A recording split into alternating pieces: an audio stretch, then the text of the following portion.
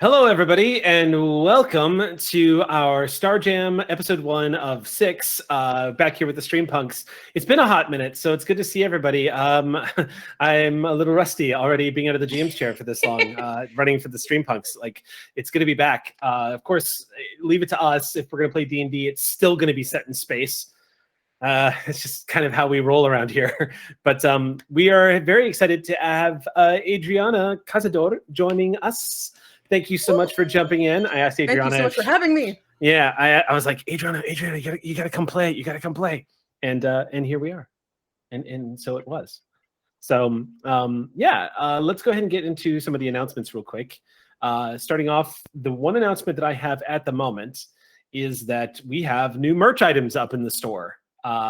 Go check them out. That's all I'm gonna say. If you like supporting Stream Punks, you want to see some of the stuff that we've put out, I think you'll like what we put up tonight. So check it out. That's all I have aside from, and does anybody, I know it's weird because usually we have a bunch of stuff. Of course, by now you would have seen the update that we posted on our Patreon. You guys will know about some of the updates that are coming down the pipe. So we ask you to check that stuff out if you want to see what we're up to. Yeah, I think that's it. I think anybody else got any announcements? Yes, Aki. By the time this airs, you all will have seen the series finale of Blood of the Void, or if you haven't yet, you absolutely should go and check it out on VOD. But I just wanted to extend a really quick thank you to everybody who came out and supported us during the show. I will have been recording during the finale, which is why I won't be in chat, but I just want to tell you all I love you very much. Thank you. Eliza refuses to tell me what happened. I need to know. So it's kind of difficult to make announcements this far in the future, but does anybody have anything else they'd like to? Yes, Bonnie, of course. I got so many. Okay, of course. Okay. So announcement number 1. Future, October 28th, the premiere of Star Trek Prodigy. You all watched it. I know you did. And you all loved it. And you're going to keep tuning in. And thank you for doing that. In case you missed my life, I'm in it. So go and watch it more. So they continue to use me.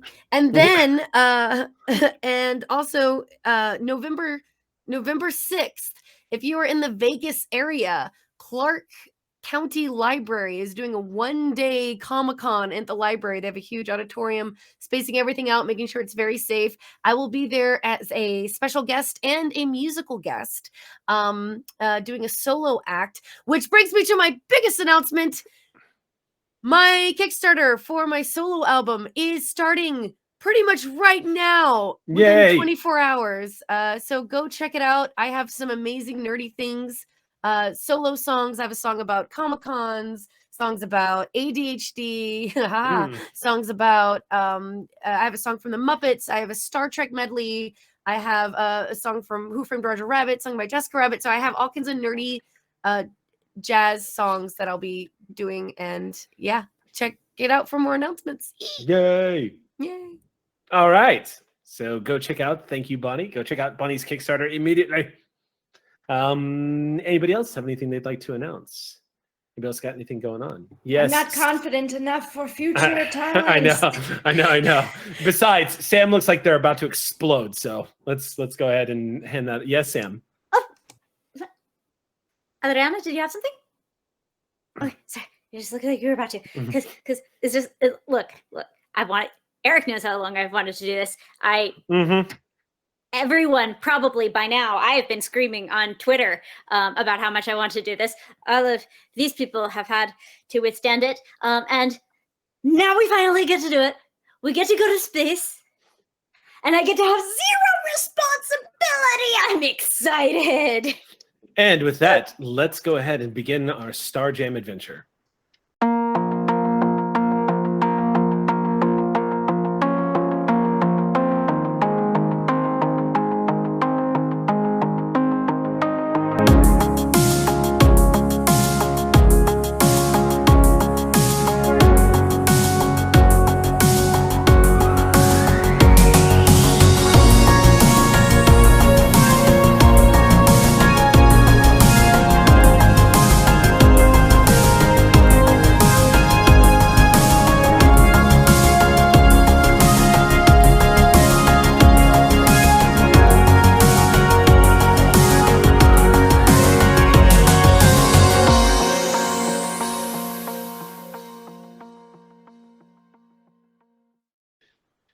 welcome back, everybody. Let's go ahead and jump into our adventure. Star Jam, episode 1. Is everyone ready? Let's find out. Yes. Somewhere in the windswept grasslands of the Sword Coast, a child is laying on their back and gazing at the stars. Overhead, behind the haloed downy clouds that float silently in the distant sky, shines the heavenly moon, Selune, named for the goddess of knowledge, life, and twilight. The people of Faerun have lived countless generations under her light, and gazing up at her beauty. In this fantastic world of monsters, magic, and legends, it's hard to believe that there yet lies a realm of existence they could hardly imagine. Far above the wistful child's head, beyond these clouds, beyond the skies of their world, is a great cluster of ancient rock, sometimes visible from the world far below. The Romantics once named these the Tears of Selune, and while they may be thought of as great rocks adrift in the heavens, to you, this is home. Your rock is affectionately called Homestone. This is a base of operations for the Star Jam Rangers, a noble and somewhat altruistic gathering of races throughout realm space, seeking to make a difference and protect the worlds within the crystal sphere from threats both within and without. Homestone is a great moonstone fortress that is nestled in an enormous asteroid, consisting of multiple towers that tower up over 200 feet from its base. The bulk of its living spaces and quarters are found deep within the 6-kilometer wide asteroid. From one of the 12 Spelljammer docks at the edge of this great rock, one has an excellent view not only of the belt known as the Tears of Selune, but of Selune itself. The ghostly beauty of Selune's light is constantly cast upon the spires of Homestone, giving this ancient fortress an ethereal beauty as the materials of its walls and windows absorb the light from the moon's radiance and use it to illuminate all of the chambers from within. And it's here where our story begins. A young crystal dragon egg rescued from smugglers and hunted by Mind Flayers. Coming from an unknown world, indeed perhaps an unknown sphere beyond realm space, Celestine has managed to adapt to their circumstances and has been confined to the safety of Homestone until an investigation might uncover the circumstances and how Celestine came to be here. For months, they've been learning about the cultures that travel the stars and relishing in the wonder of such a bizarre and exciting universe. While they are allowed full reign over the fortress and visitation from their friends who rescued them, confinement has not been easy. But perhaps that is all about to change. Indeed, the dominoes of fate that began to fall from the moment of Celestine's rescue and this occurrence itself all may have inadvertently unveiled a threat. Indeed, it may have in fact exposed a thread that once pulled could bring down the multiverse as we know it. And Celestine, you are gazing out the window of one of these towers onto the surface of Selune, who that great moon is about, 2,600 kilometers away from where you are floating right now. And this great silvery orb, its crater is visible to you clearly from the site, just outside your lair room window, as it were. This is one of the many rooms that you have wandered throughout this keep. This is the room that was given to you, that was designated to you. You have made your layer here, as it were. Although you haven't necessarily accumulated treasures the way a dragon might, at least not treasures the way a typical dragon might think. You, I imagine, have accumulated knickknacks and things that maybe aren't necessarily yours, but damn, they were shiny and they look really good set up in the various corners of your room. Bedcloths, sheets, silks, occasional spoons, a couple of also opals and crystals that you have managed to find, which that's really nice to have around. The rest of you who have been a part of the Star Jam Rangers, specifically those who were part of the operation that rescued Celestine, it has been about 4 months since that event. And there has been no further discoveries or revelations about the smugglers that you stopped when you confiscated their contraband, one of them being a crystal dragon egg, though you did not know it at the time, until you were intercepted by the Mind Flayers. Now, a quick backstory for everybody who is somewhat new to this realm. Mind Flayers are a common encounter in Spelljammer. Indeed, both Mind Flayers and Beholders have bases of operations, some of them here in the Tears of Selûne. The Tears of Selûne are also known for having some pirate activity from time to time. Not so much since the Starjam Rangers have started patrolling realm space, as it is called here, but still present. One of the things that has kept everyone in check has been the presence of the Starjam Rangers, as well as other various trading ports who refuse a black market in their spaces where they can, where they realize it's happening. And yet still, a brazen move by the Mind Flayer fleet, or at least this Mind Flayer ship, assuming it's operating under its own flag, which it very well may be, to intercept a Starjam Ranger craft and to try to kill its crew in order to recapture the Crystal Dragon Egg has raised a lot of questions because of how brazen of a move it was. 4 months since that encounter, there have been no new answers as to why they did this. And any contact from the Mind Flayers, this has never been brought up, and they've never inquired about a Crystal Dragon Egg. Lots of questions have been floating around. And we begin now in your room, Celestine, as you, staring down from the heights of this spire, looking across the great surface of this rock that is this asteroid, you can see the various levels of the fortress that you are now here in Homestone. You have a good view of the docks. There are 12 ports for Spelljammer ships to nestle in. And you spot a very familiar sight coming into the dock, specifically a Dragonfly class Spelljammer that you know very well from the friends that rescued you ages ago. This is their ship, though I don't know if y'all have named it yet, but I'll leave it to y'all. But you see the very familiar sight of this small Spelljammer coming into port and docking. Is my window already open? What's that? Is my window already open? Yeah, I'm guessing it is now. Whoosh! Okay. You catch the air pockets that surround the citadel, and you just launch yourself from the window. You know, it really would be a hell of a sight to see a crystal dragon throwing itself from the tower on an asteroid overlooking the moon.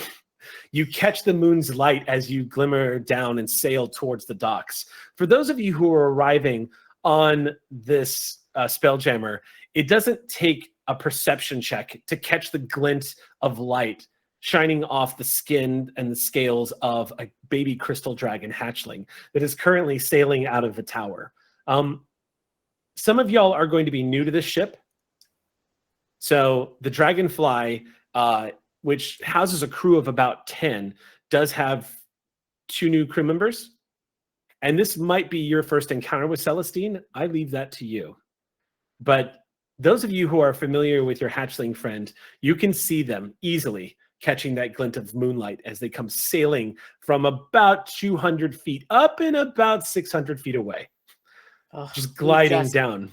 We just finished waxing the deck. We learned to fly real fast. I tape my wings to my sides for the dive, for the speed, for the I'm definitely going to pull up in time this time. I'm definitely going to do it. I'm definitely going to do it. I'm definitely going to do it. This is going to cost us. I definitely do it. It was not 20. Okay. Yes. So last second, for the first time, there are not going to be very, very deep grooves on the deck of the Dragonfly today. You stick the landing. For the very first time, you stick the lane just as these great dragonfly wings are starting to fold back down to the side of the ship as Grawl, you are just now detaching yourself from the Spelljammer helm down below. Of course, being in the helm makes you fully aware of everything that is happening on the ship. So the moment Celestine comes within the bubble of the Spelljammer itself, you can see the glimmering, excited crystal dragon hatchling descending onto the deck of the ship, just like an extremely excited puppy that you all got home just now. And you land perfectly, Celestine. I fold my wings very daintily, like I have always successfully landed on this deck without leaving 2-inch deep gouges in it. All right. Who's on the deck? Well, I'm on my way up there anyway. So real quick, Grawl, the way spelljamming works, let me just clarify this too so that you'll know it in the future. Every time you sit in the spelljamming helm, you have to attune to it. That can take up to a short rest, so about an hour to attune to it. When you leave the helm, you are literally detaching yourself and unattuning to it again. It's important to note that it does not take up an attunement slot, so you're good there. However, if you were ever pulled from the helm while you were on it without unattuning to it first, or if something to happen to it, that could be very bad. So, which is usually why the spelljamming helm is one of the most defensible positions in the ship. So you just opening your eyes, the ambient magical arcane energy just begins, that is just like flowing from all the crevices and cracks and arcane runes in the chair that you're sitting in, just begin to dim as you unattune to it. And your consciousness comes back. You feel a little bit of wariness, 12 hours being kind of the top length of time you can go in the chair before you start feeling the exhaustion set in. Thankfully, this was a pretty short trip. So as you exhale, as the energy begins to seep back into you, and your consciousness, having been expanded to the entirety of the Spelljammer, back into your mind and your eyes, as you just... I will go upstairs to see the child. Okay. And Romska was on the deck already, Okay. just kind of watching this, and walks up to meet them. So let's get some character descriptions.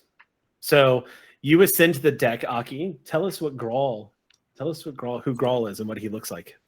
So Grohl, now Grohl Shadeslayer, after that mission wherein they rescued Celestine, is 6'5", and has the build of Mufasa, very thick and, beautiful, luscious mane, but the coloring of Scar. So that mane is black. Their skin is like this, like their fur is this dark, tawny brown. They have honey gold eyes. Very, very handsome fellow.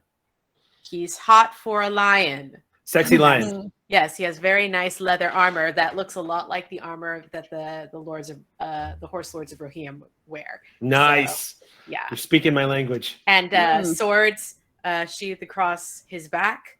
Yeah, he's a hot lion. Big handsome lion boy. Yep. Okay. And as you ascend as well, Romska, tell us what we see. Romska, you see a almost 6 foot tall, half Gith, half human fighter. She dresses quite elegantly as possible, but you see her garbed in like the white, I always forget what it's called, the poofy pirate, top with some heavy half plate armor. And at her side, she has this ornate saber with a beautiful basket hilt. And yeah, her hair is a wild, dark, curly brown and settles a little bit past her shoulders with golden eyes. And yeah, being half Gith, she has a bit of green, kind of like dark green spots on her shoulders and on her face. And she just gracefully kind of walks towards this rough landing from our friend to meet both Grawl and Celestine. All right. And as soon as Celestine made that landing, you see a random piece of cordboard from a window of 9.8 from Wixel. Just minor illusion, like the number 9.8 up on. Yep. And Wixel will make her way out to the deck as well. As soon as the sound of the old gnome, just the walking cane as you make your way up the ramped articulated staircase. Just yes, and as they come onto the deck, you see Wixel, an old gnome who looks very weak and feeble, but don't let that fool you. She uses that to her advantage. She still has a little bag tied, a satchel with all of her yarn and her knitting needles, and her cane, as we all know, is not quite a cane. Very excited to see Celestine once more. Look how long my hair's grown since I last saw you. Oh. I will say then finally there's like a tube on the side of like where you enter from the into the cabin area. There's just like a tube on the side that is just a dark abyss of a hole, and you have no idea where it leads. But out of it, you just see a creature going like through it. And like on your belly, just on the belly, and then slide a little bit on the waxed floor before sort of popping up. And you see a very small door, and for those at home, a small penguin folk. It looks a lot like a crested penguin, so she has big bushy eyebrows that turn into this massive sort of like antler feathery mane on the side of her hair. She's a dark, her patterning is so the feathers are so black, they sort of have that oil slick look, so she looks very purple. And she has a full flower crown with some birch branches shoved in, and a cloak, and it has many bits and baubles hanging from her. And she sort of waddles straight up to you, Celestine, and, well, I don't know you very well. I've heard stories, but I haven't gotten to meet you in person yet. You can call me. Yes? Go ahead. I was just going to introduce myself, but sorry, I sometimes have an oracle that speaks to me. Wow. Beak. Celestine, I'm going to say this is your first encounter with the Dawar. This is We penguin have creature. a new crew member, as you can see. I extend a flipper. Celestine was halfway to shoulder dragon on roll, and so from there we'll pounce, closing the distance to this new person on Celestine's ship that goes other places sometimes and comes back to me. You can call me Glamour, little one. And I kind of boop you on the nose with my flipper. Nose poop. Oh, you are just a tiny thing, aren't you? They definitely said you're much smaller, but you're quite large, aren't you? I shake out my wings at that and puff myself up a little bit. Nice to meet you. I bow very courteously. I have been schooled in this exact manner of thing, and it's important to be gracious with the people who come to my base. You see a rope launch straight up into the air, this big, thick, heavy rope, and come collapsing down onto the deck, somewhat close to where the cleats are to tie up the Spelljammer. And you hear from down far below, "Was I close? Did I get close this time? How close was I? Is anyone there?" To what? I dear? thought we were being attacked. I did too. State your business. What? I'm the dockmaster. What do you? My business is to of course, tie up yes. the. Romska goes to grab the other end of the rope. And Oh, starts Okay. To, starts to, His attempt to hook us were so accurate. I did not know who he was. yes, I was also a little bit on edge there too for a second. Yeah, no, it was good enough. It's good enough. I got this. I start to tie it to like the bow thingies. I can't remember what they're called. You just start tying it up. You see over the edge of the vessel, gazing down, you can see the dock itself, this long wooden dock that has been reinforced with steel and various metals, giving it the durability that it would need to house ships of immense size should it need to. The little Dragonfly class ship that you're in right now is quite small and easy enough to make plenty of space here on the dock. That being said, what you see on the dock is a gnome wearing multicolored leathers with a Starjam Ranger patch, kind of crudely sewn onto the side of his tunic. Frizzled hair it looks like it's kind of fallen out of a ponytail. It needs to be kind of fixed again with receding hairline, big smiling eyes, in the process of tying the ship up to the dock itself.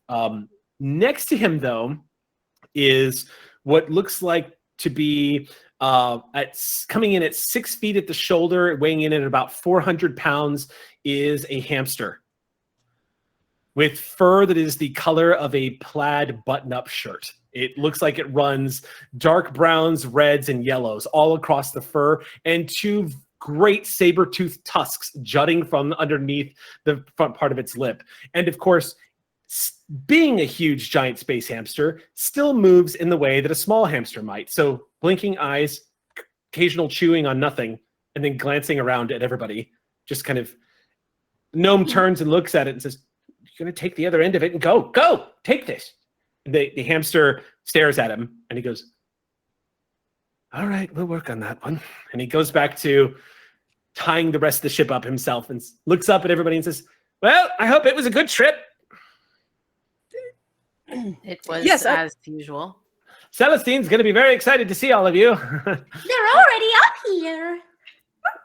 You just peek over the side, and the gnome, whose name, by the way, for those of you who need to write it down, is Neipter, Neypter. Neipter, or you can call him Nipt if you so choose. And of course, his companion, the giant space hamster's name is Frizdiz. Frizdiz is 400 pounds of not so bright hamster. That is his assistant. And indulges. If your hamster needs more light, all you have to do is wish. What? What's that? Wish? Nothing. This evil cackle coming out. And Gnome finishes tying it up, presses a button on this dock, and you see these metal plates slide away from one of these boards down at the base and just, and appearing on each level leading all the way up is these translucent glowing foots, like sliding steps that are essentially mage hands that have been altered into places to move down upon. Just this arcane energy begins to glow as it connects to the edge of the ship. And with that, it says, "Well, time to give you the message. Captain Horatio is requested to see you at your earliest convenience. Don't worry, he's not mad this time. He seems to be in pretty good spirits. Well, not good spirits, but better spirits than the yelling thing that he always does." Romska calls down. Do you know what exactly he might want to talk with us about? No, not necessarily. I think it's a meeting of some kind. I wasn't sure. I got the impression it was urgent, but he also specified at your earliest possible convenience. So I suppose it bit contradictory. Very well. Dear, do you perhaps know where he is at this moment? Oh yes, you should be able to find him in the garrison of the specifically. Actually, no, he's right over there. In fact, and he points far down the dock where you see a bunch of people coming and going. Lots of members of the Starjam Ranger force Well- just kind of exiting and getting on their ships. You can see a lot of people like trading goods and whatnot, but standing out, of course, as usual, is Captain Horatio, who, as a quick reminder, Captain Horatio stands at about 7 feet at the shoulder, clocking in at probably close to about 400, maybe 500 pounds. Robust, like big, thick boy. A GIF, Jiff, for those of you who aren't It's familiar. pronounced GIF. No, it's not, and it never will be. And if you want to be No. thrown into the nearest star, I can arrange that. I thought it was GIF with a G. No, it's not a soft G. Although in the latest supplement that Wizards came out with, they do debate that. They do that in their No. I just meant I thought it was spelled GIFF. GIFF. So Oh. GIFF, and for those of you who don't know, GIF are essentially giant hippo people. I was thinking GIF. I was No, like, it's Like I thought I said GIF. that's what I was like. I thought you were saying GIF, and that's why I was like, Nope. it's JITH? That Nope. doesn't make sense. Nope, it's GIF. So yeah, so Got it. essentially, Romska is a GIF, and Horatio is a GIF. GIF. But they're all gifts to us, dear. Oh, Oh, and he When did say to Oh, see go him ahead. at his earliest convenience, and he's right there. So I would say that's pretty damn convenient. And let's make our way. Good idea, Wixel. Glamma doesn't follow. Glamma kind of waddles over to Celestine because they noticed that when the captain yelled, they hid. mm-hmm. So her yellow eyes, like pupils, kind of dilate, and she waddles over to you. She goes, Excuse me, little one. You wouldn't happen to wish you were somewhere else right now, do you? Celestine looks to where Captain Horatio of the Great Vice Principal Energy is, Yeah. looks Say the back word. to Glam. Close enough. and she waddles you, and then just like shoves you down that tube. It is a full like slip and slide down to the engine room. So it runs the length of the ship until you basically slide out right next to the spelljamming helm. You come sliding across the floor, and you are now the spelljamming helm. As a quick reminder, on this ship is actually just one deck down, and is currently seated where those two great dragonfly eyes, they fold open so you can look out into wild space as you fly. Currently, they are closed. So you are in a room that only has the faint glow of magical energies that are currently lying dormant. But it's nice and quiet down here. Celestine brushes across some of the panels, and their claws track across a spot right in front of the helm where they like to sit at Girl's feet and be uncomfortably small. Celestine, it all starts coming back to you as you sit down at the base of the helm. You remember this room particularly well because this is where you were hatched. It was in this room where you broke free from your egg, and the moment you entered into the world, had yourself a yummy feast of intellect devourers as your first meal. These brains with legs, you just leaped forward and ate them as they were attacking the crew. Great It's source like- of protein. Wonderful. This place does have sort of a special, familiar, warm feeling to it. And also those predatory dragon instincts kicking in as you're kind of looking around going, ah, yes, my first prey. Top side, you can see Captain Horatio, by the way, is dressed in what could best be described as full-on like blue regalia of like a classic, like Napoleon era British uniform with golden tassels hanging off the side of the shoulders. He does have a blunderbuss gun at his side that is like holstered currently right now, arms folded, and it's not talking in a raised voice, which is somewhat unusual for the captain. He's nodding to a few people as they walk by, people checking in with him. You do see the very prominent Starjam Ranger symbol on him. But for the most part, he does not seem to be thundering the way he normally does. One very awkward, like half dab salute from a little flipper. You just kind of angle your head down and throw your Good flipper up. morning, Captain. Wow, wow, wow, wow, wow, wow. This great hippo head just leans down. Horatio just looks at you for a second, Glamour, and just says, "Oh, Glamour, you're back. Your crew is back too, I take it. Is that their ship there? Yes, it is. Where is the rest of them? I need to speak to them immediately." I'm walking as fast as I can. My hearing's still impeccable, by the way. So you see Wixel with her cane and satchel walking up slowly. The captain just stands there with his arms folded, just waits patiently. Yeah, Rumska girl's not makes far her way behind. I down. think. Sorry, go ahead. Oh, Rumska makes her way down as well. Okay. Grohl kind of tosses a look over his shoulder in the direction that Celestine disappeared before disembarking from the ship. Celestine is one of two people that you know. Well, three, really. No, yeah, one of three creatures that you know that can fit into the tubes that Glamour uses to get around the vessel quickly. And you're not sure where Celestine vanished to, but ... Yes. I guess they will be fine. And then they kind of, yeah. Your wish is my desire. They will be fine. Bird wink.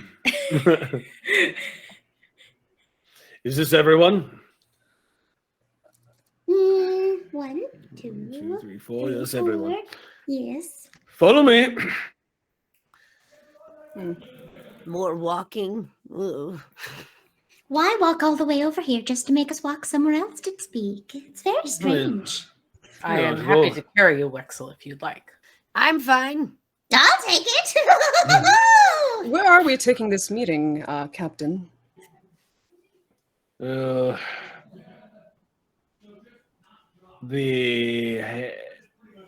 Autolycus has requested to see all of you.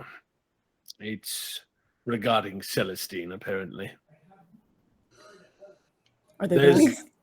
Okay. I think we should definitely get to a quiet place to talk sooner rather than later. I like that idea. Yeah. Are we in danger? I don't know. I don't know. Usually when Grohl gets that voice, we're in danger. This is just my voice. No, that's just how he talks. No, that's your voice normally. But just a few minutes ago, you had a more voice. No, I I see. sense something is Did off. Well, let us go then. Quick as you like. Okay. All right. And Celestine, I'm guessing you are on the ship where you remain.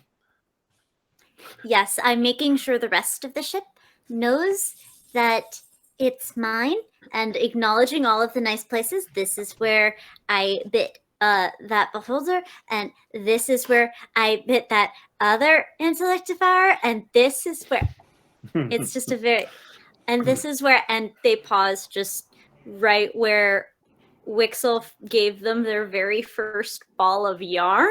Yes.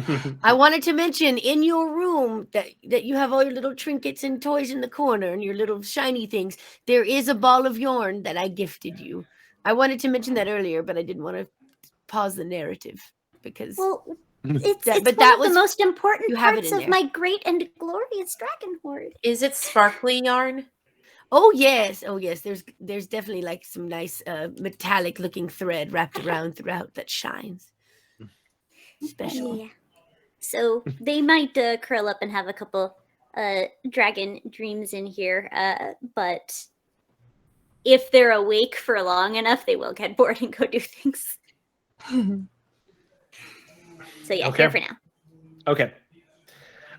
The rest of you following behind Captain Horatio, he leads you, of course, into the main area of the fortress itself. You all enter the center room as you walk in, just after you pass through what would normally be a gatehouse, but is instead this huge archway that is protected by all sorts of incantations and magical runes that you see have been inscribed over this pure white moonstone.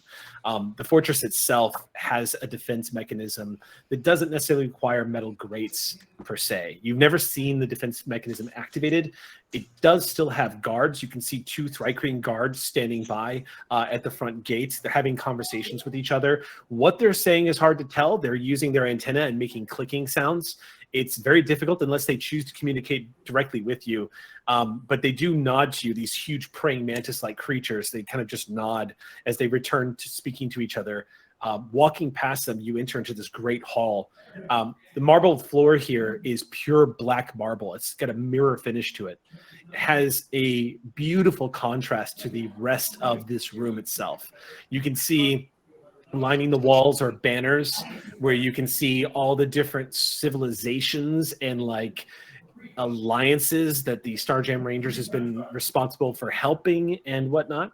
You can see like the Lord's Alliance of Waterdeep is got their banner up here too as recognition of like people that Starjam Rangers have aided. You can see all sorts of suits of armor and these arcane, what looks like sort of like museum pieces. These containment fields that look like they house wands and whatnot, things that the Starjam Rangers have either confiscated or no longer function, but still serve as like trophies of moments of victory for the squad. You guys move deeper and deeper into the space and led down a series of halls where you pass more and more of the ranger staff as they're kind of moving through here until eventually you come to what seems to be like the entrance to sort of the throne room, where you are all kind of led to stop for a moment. Horatio pauses and just says, "Wait here for a moment. I'm going to go see that Autolycus is ready. Just a moment." And with that, steps into the room and vanishes behind these 2 great onyx doors that just close behind him. And you all sit in this sort of antechamber waiting. You've been here a few times before. Autolycus is the head of the Starjam Rangers. The coordinator is what he calls himself, or what they call themselves. They are the, for lack of a better word, sort of the central leadership of the organization. What do you think, Wixel? Well, I was going to say, I just feel this is very abrupt. I'm not quite sure what this meeting will be pertaining to. We have only just arrived. I haven't even unpacked my yarns yet. Well, I think it's about Celestine. Well, I know that, but I know it's about Celestine. I mean, I don't know what it's pertaining to in regards to Celestine. Well, if it pertains to somehow doing something that might harm them, obviously we have to kill anyone who tries to do that. Well, obviously. Duh. Of course. I'm with I you. doubt it's anything like that. They wouldn't want us to hurt that little angel. Troublemaker and angel. Romskut turns to the group. I think this might have something to do with those Mind Flayers again. It is possible. What do you think think? Celestine is possibly still in danger? I Which think so. I think we always knew might be a possibility. Do you They think were that... so... Mhm. Go ahead. Oh, I don't know. I think they were so adamant about attaining her, or attaining them, that maybe they'll be back for them. I think it goes without saying that as long as this network exists, there is a danger to Celestine. And that means, well, I mean, I don't know if you've ever seen Celestine fight. They are more than capable of handling themselves. Let me tell you, they are. It's very true. It's pretty gnarly. But that doesn't mean they don't need someone to protect them. In many ways, they are a different type of innocent. We've got I to have a protect them. question. So all of this happened before I took the job. I loved the ad, but there wasn't so much about a network of mind flayers. What? What are you talking about? Not just mind flayers, but beholders, intellect devourers. We don't know who the actual leader of this gang of ruffians is. But the last encounter we had with them suggested perhaps some necromantic power. There were zombies involved.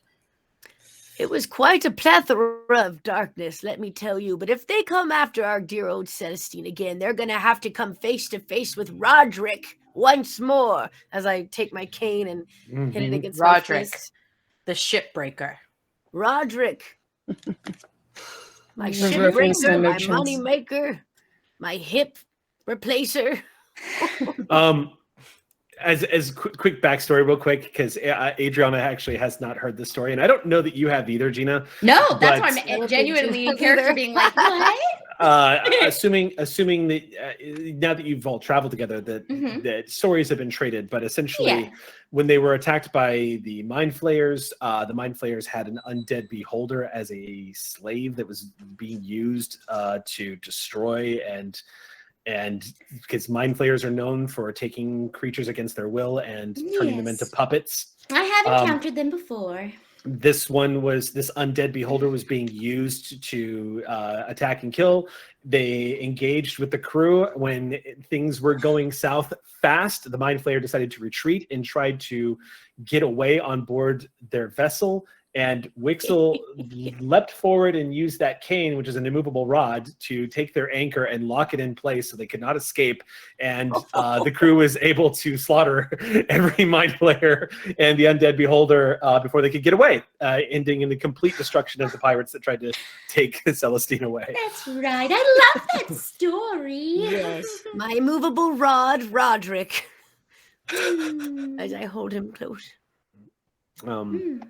So you think all the ones from that story that you removed from the universe are back?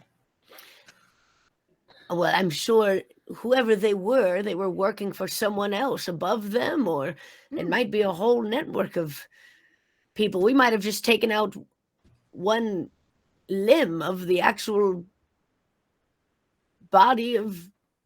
Crime? You know what I'm trying to say, or cut the one head off, two more grow back. I could go on with the metaphors and the similes. And It's a lot of body cutting, though. Woo! It should go without saying that there was no way a crystal dragon was going to remain a secret for long. No, I've even heard about it before. That is true. It might not even be them that are after it. It might be someone new. Well, this meeting's gonna sure be informative. And it sounds like I picked the right ship that has the most valuable cargo, and it's a crew member. How exciting. As we wait, Wixel takes out some yarn and starts knitting with her daggers. Okay. Seems like it's going to be a while. And then it's only a few more moments before the doors open again, and you see this great hippo head just pop out. You Hello. see Horatio says, "Yeah, they're ready for you." Great. And- We've been doing our own speculating out here. Just a These hunch. huge doors swing open. Yes. You see the great, almost cathedral-like dome interior of the main chamber, where this black glossy floor is now met with trims of silver going all the way up into what looks like a dais, this ramp that goes up to this dais, where you see a solid opal that has been carved into a table. It is a yesterday massive table made out of a single piece of opal that is catching the moonlight that is glinting in through here. Still not the most striking thing you see in this great chamber, though. Are you sure? Standing next to the table is a Kieran. You see this great golden scaled unicorn with lion paws at the front, standing at about 15 feet tall, towering up above. It is ginormous. The moonlight is glittering off of its scales, this great white mane just spilling down these dragon scales across its body, these brilliant golden eyes. The very sight of a Kirin inspires awe in just about everyone that sees them. These are creatures of pure goodness and compassion, and they typically, you guys have been in the presence of Autolycus a couple of times. Certainly back when you had the first issue with Celestine, but seeing Autolycus again is, it never loses its grandeur, as this Kirin is just standing just upright, perfect posture, and sits back onto its haunches as you all come walking in. The GIF leads you all into the room and comes to a stop before this Kirin. It is, just to give you an idea, 15 feet. It goes medium, then large, then huge. The Kirins are considered huge celestials, so they're about 16 to even 26 feet. This thing is just ginormous compared to everybody looking down at you all. The doors in the back of the chamber just close with thunder, and you hear echoing all around you is the voice of Autolycus, which is surprisingly soothing, and the volume level almost matches that of a humanoid that would be standing just a few feet in front of you. You do not see the mouth of Autolycus move as they speak, and you hear the voice just say, "Welcome, my friends, and thank you so much for coming in such short notice. I trust your journeys out into wild space have been safe. I see that you all have come back unharmed." Yes, a dream come true, really. I'm glad you're all here. It's time to discuss Celestine. Yes. You can hear the faint scraping of claws as the Kirin stands and moves to the other side of the opal table. And almost like it's the same mannerism of somebody who might fold their hands behind their back and start pacing as they're disseminating information. The Kirin moves around, and Autolycus turns and faces you again with those golden blazing eyes and just states, "We have a lead on what might have been the cause for the Mind Flayers to assault you for the crystal egg. It's only a lead, however. We don't have enough information to know if this is, as our good gift captain here put it, legitimate. And so, I'm going to be sending you all to the Rock of Brawl. That sounds fun. One more time, I'm sorry, Rock of Brawl. BRAL. Thank you. What do we know about this Rock of Brawl? The Rock of Brawl is kind of the Rock of Brawl is sort of, how do I put this? It is Port Royal. It is essentially, in Spelljammer, the Rock of Brawl is the most famous neutral city that can be found on an asteroid. Technically, in the Spelljammer setting, it is not specified where you can find the Rock of Brawl, but it is assumed wherever it is you want your campaign to be. In this case, the Rock of Brawl is found in realm space. It is here in the Crystal Sphere for the Forgotten Realms.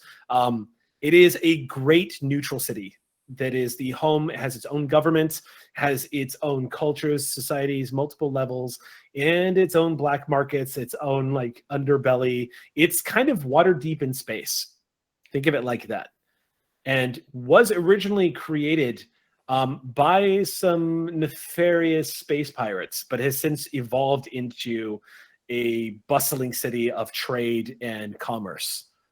It's it is a great city where the Starjam Rangers do occasionally have a presence, but for the most part, in order to keep the peace and not press their luck, don't really enforce too much around the Rock of Brawl. You guys don't have that kind of reach. You'd get in trouble with their navy.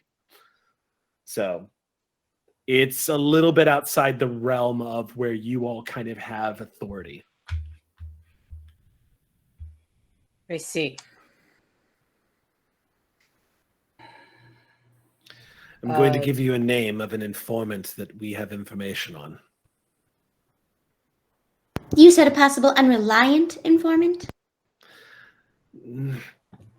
You see hesitation on the Kieran's face and a bit of disappointment, and like almost like they wish they could tell you the answer to that question was yes. They say, we are sending you to speak to a woman named Kesnia. She is known on the Rock of Brawl as an information broker. They call her Kesnia the Cranky, though I wouldn't say that to her. I would certainly not say that she is to be trusted. However, enough of our informants have told us that we believe that she has information, and she seems to be willing to share it for a price. That seems respectable. What is this price? That's what I'm curious about. They haven't specified how much they want us. How are we supposed?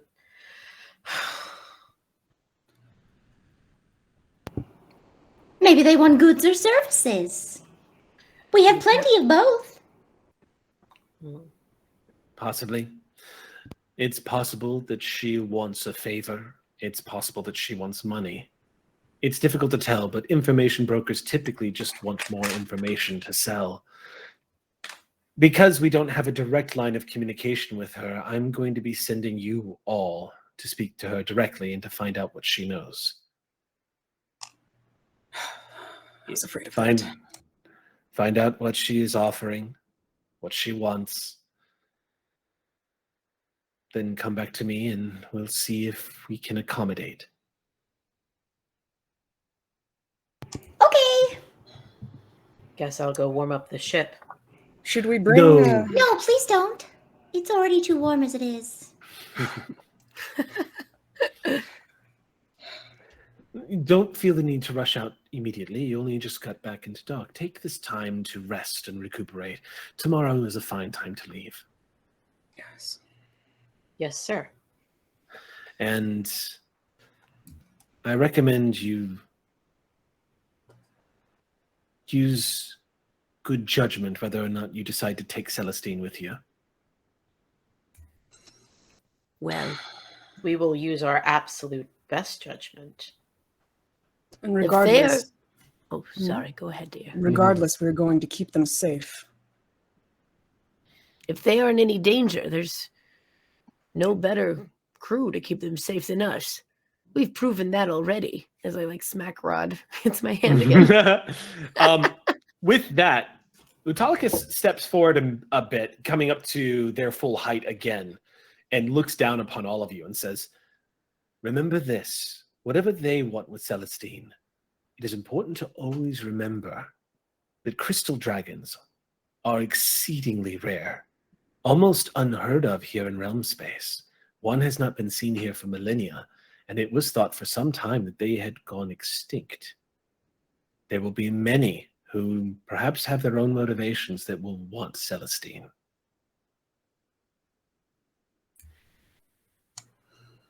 Thank you. That I have no doubt. But Celestine is their own. The Kira nods and says, then, my rangers, you have your mission. I Just have an idea. one more But I'll- thing Oh. before you explain your idea, dear sweet Wexel. I'm going to be sending a friend with you, someone who will act as coordinator for you on the ship.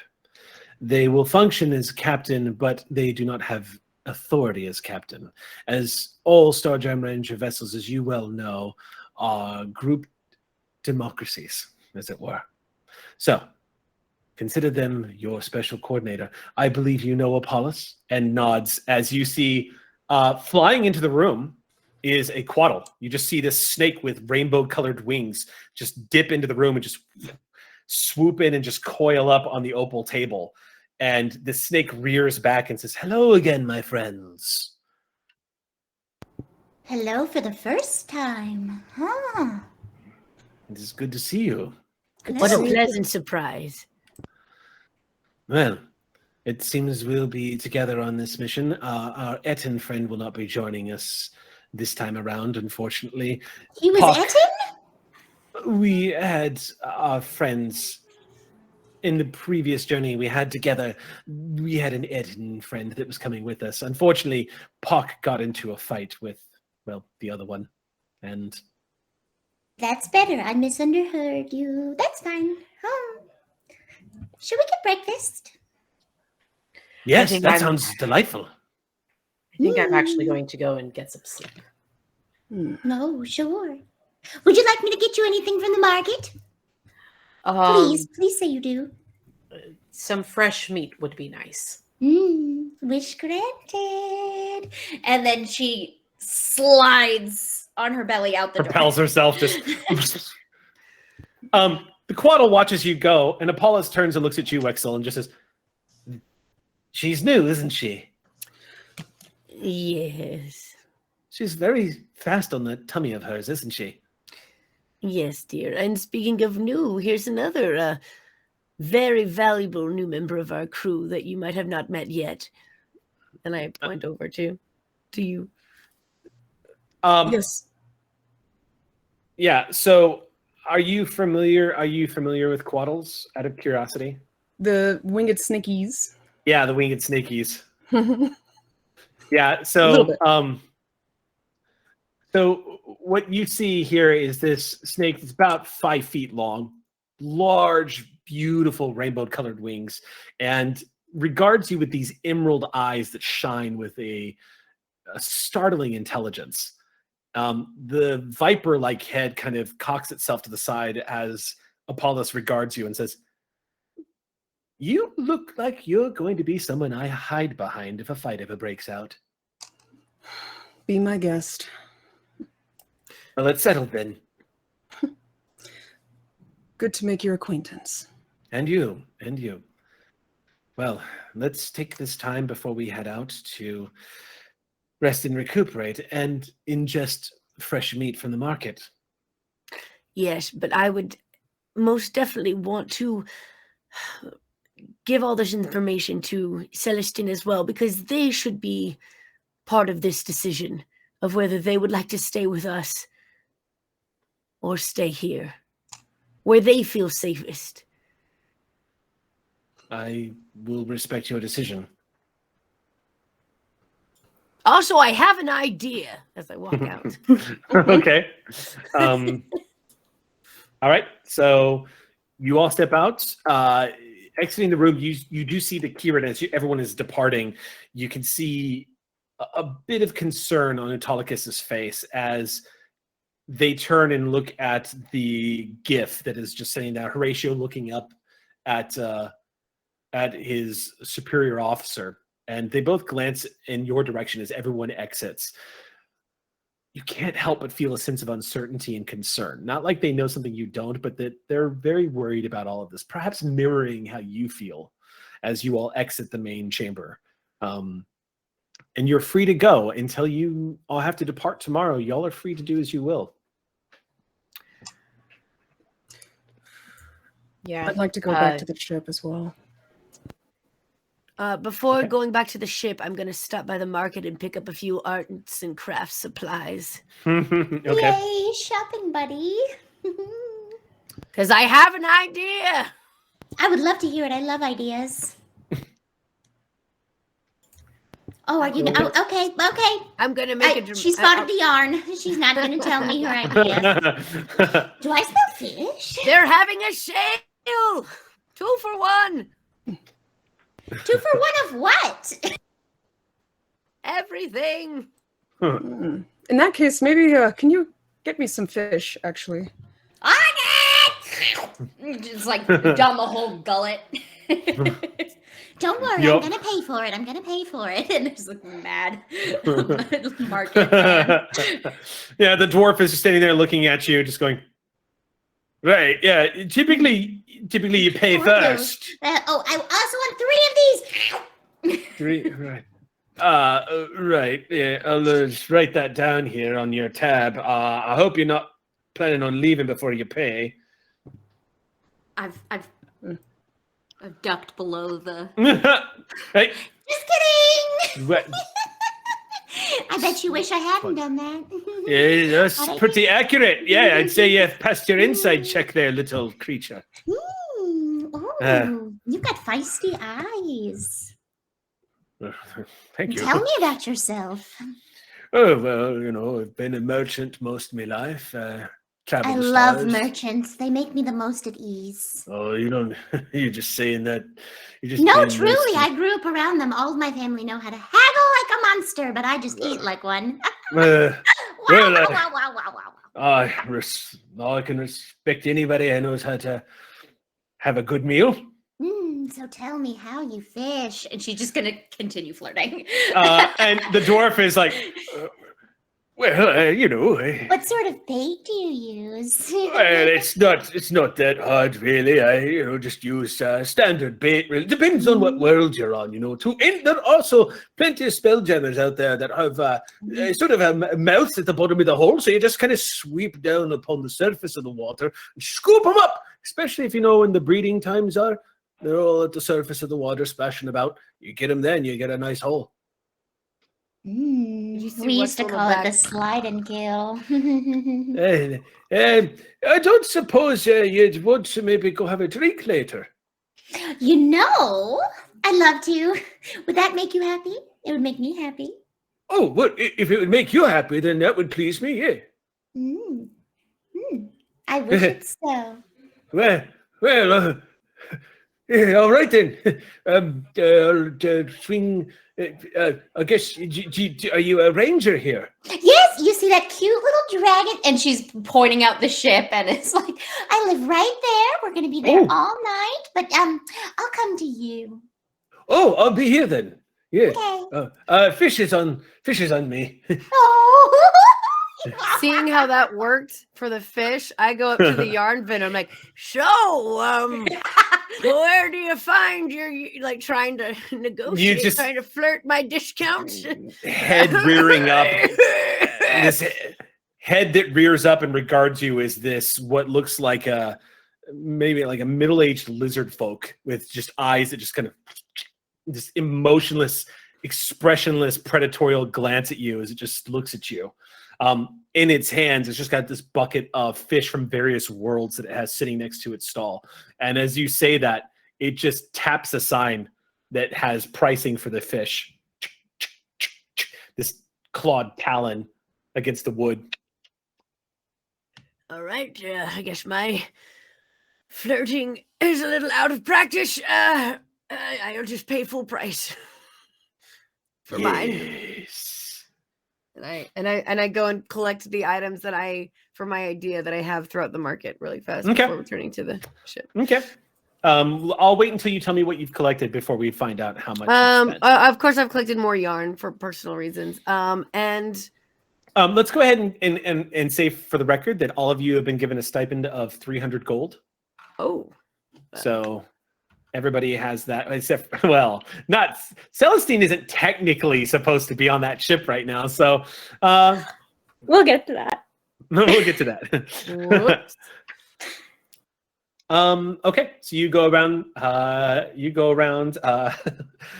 gathering your belongings. Glamour gets herself a date with a middle-aged, big, thick-bearded dwarf that is very excited about to talk to somebody who's as passionate about fish as he is. And You're just so warm. what is everybody else going to be doing? Romska has long since kind of walked back, like grinning at the whole flirting situation between everybody. But I imagine you've seen this at every port. Like she has just dated her entire way through the fish market. Like Has sampled every great fish. Like We have yeah. a full stocked kitchen thanks to that wink.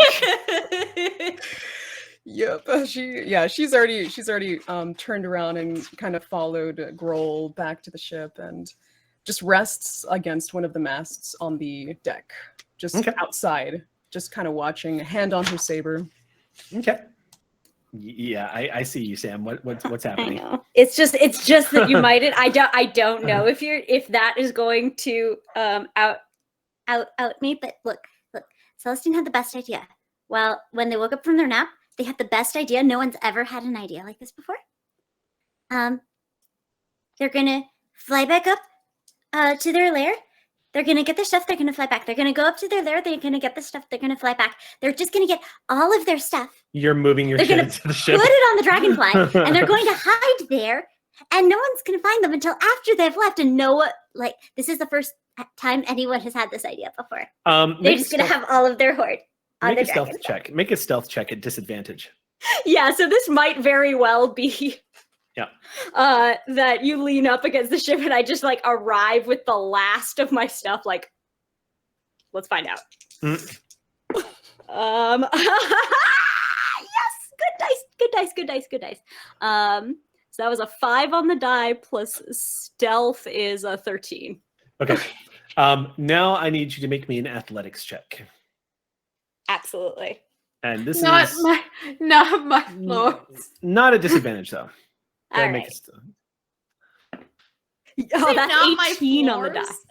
I have claws. Mhm. That was a 25. So, Romska, as you're leaning up against the mast, kind of regarding Grawl, as Grawl looks like he looks like he is kind of organizing the deck. Always like the order. I mean, Grawl, if you don't mind me saying, Aki, Grawl is 100% Worf of this ship. Like, 100%. 100%. 100% of the Worf. Like, when everybody else is messing around, Worf is there, like, making sure everything is in order in case battle has to commence. Like, as you're watching Grawl move about and sort of get everything in order, you catch a glint of something in the corner of the eye, and by the time you see it, Celestine has collapsed down onto the deck, spilling some of the contents that they were carrying out in front of them. Just you see a roll of silk cloth just roll out from their claws and just across the deck, about 10 yards of silk just all the way across the deck, and a couple of various knickknacks, trinkets, coins, a few toys, like things just kind of clatter onto the deck. And this crystal dragon just looks at you. Romska just kind of like giggles at them.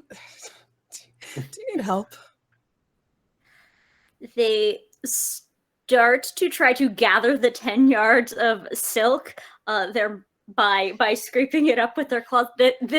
I have a You're- passive perception of 17. You see all of this. Oh no, there's no way you would miss this. No, you see all of this. I think that currently Grow is just standing on the other end of the deck, kind of just like watching this, yeah, like- this crystal dragon kind of gathering up this bolt of silk that is unraveled, like watching a cat try to repair the damage it's done to a toilet paper roll. Just kind of like these clawed hands, just kind of pushing it back, trying to kind of undo it. Just waddled up, just this huge wad of silk. Romska Tears looks all at in the it. girl just with a grin. Well, I guess that answers that question. Yep, You mind helping them move back into their spot? indeed. I'll help you. I will help you. Here. And then Romska just gets up and helps them like gather some of the shinies. Once you're done putting your stuff away, we'll explain. Make a just out of funsies. What is your perception? Your passive perception, Celestine? 10. 10. Oh, actually. Okay. They're not mad. They're helping. What is your passive perception? Let's see. Let me look at your character sheets here. Aha. Okay, so the two of you are going to see it. Celestine doesn't see it until it's happened. But Celestine, as you're kind of having this conversation, you feel this warmth suddenly wrap around the base of your neck as this quaddle just appears out of nowhere and just intertwines around the base of your serpentine-like neck until you see Apollus's emerald eyes just looking at you from in front with this rainbowed furl just like around from the wings, just haloed around him. Just, hello! I think they beat us to the punch. And the head swivels back and looks at you, Grawl, and you, Romska, and says, so Celestine is coming with us then? I think they are. Whether Ask we them wanted them yourself. to or not. Good. Autolycus said whatever your good judgment is, and that is obeying Autolycus's order, so welcome back aboard the ship. Celestine has such big feelings, and their play friend is here and already wrapped, and so Celestine will throw themselves to their back, get claws out, and wrestle with all of their feelings. Okay. They're so happy. So- They're so happy. Their wings are off to the sides and just the flat to the deck, except the tips that are just kind of. Okay. True to Apollus's nature, you watch as this celestial winged snake plays with this hatchling crystal dragon on the deck of your ship, rolling around and entwining on each other and play fighting. What is everyone else going to be doing? And does anybody want to do anything before departure in the morning? I'm gonna make my way back to the ship with all of my supplies. Okay. To see if it'll work. Okay. That's fair. I only clarify that I do go on that date. Okay. You do go You on the might date. have to play it out because we know what flirting looks like. Let's It's a lot of fish talk. It's a lot of show me your let's, boat. It's a lot of that. It's a lot of, we've seen okay. He is actually quite charming. of course he is. He's a fish guy. He's a bit wholesome, quite charming, quite shy, but also easily charmed. Every time you throw a compliment at him, Which I do a lot of.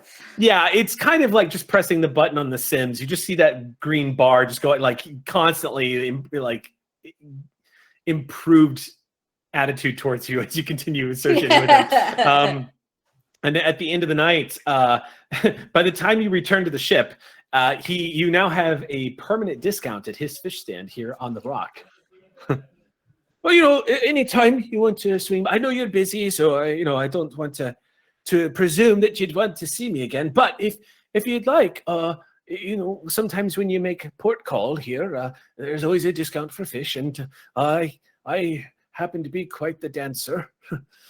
Oh, I need quite a good lead. I not quite dexterous. Holds up her flipper and just kind of like wiggles it. Well, I know a few things about the door. Maybe I could do some research on some good dances. But Ooh, you do that for little old me? Well, I mean, could learn a thing or two. I tell you what, wouldn't mind so much. I'm normally in the business of granting wishes, but could you do me one? Oh, of course. He takes off this like leather skull cap and tucks it to his chest and says, well, anything. Can you lay a big one on me? You see like the color from underneath the beard, and he goes, of course, it's been a while. And leans forward and plants a very sort of like, it feels like a bunch of toothbrushes just rubbing up against your face as his beard just kisses the side of your face, and leans back and says, well, good night, with a big smile on his face. And he Good night. skips down the dock. I love when we come back to land. You And say always floating through love space. Getting to leave again. New adventures and new kisses. The And door just she waddling may up have the had ramp. a little bit of chocolate, so she's a little tipsy. Because You're a little don't get drunk on liquor; they get drunk on sugar. So you're like Eliza Yeah, after you've had some chocolate. Yeah. so she's Yeah. definitely a little floaty as she stumbles back onto the deck, and Okay. and then and per her routine, just slides across the deck and down the thump, and that's the last you see of her. She just floats Okay. all the way down into her bed. Down to the lower deck, into one of the back rooms where you see your hammock just waiting for you. Just plop into it. And before I Screams go to back and bed, forth. I tap it with prestidigitation and make it cool. And then I get in the hammock. Temperature drops about 5 degrees just around you. Just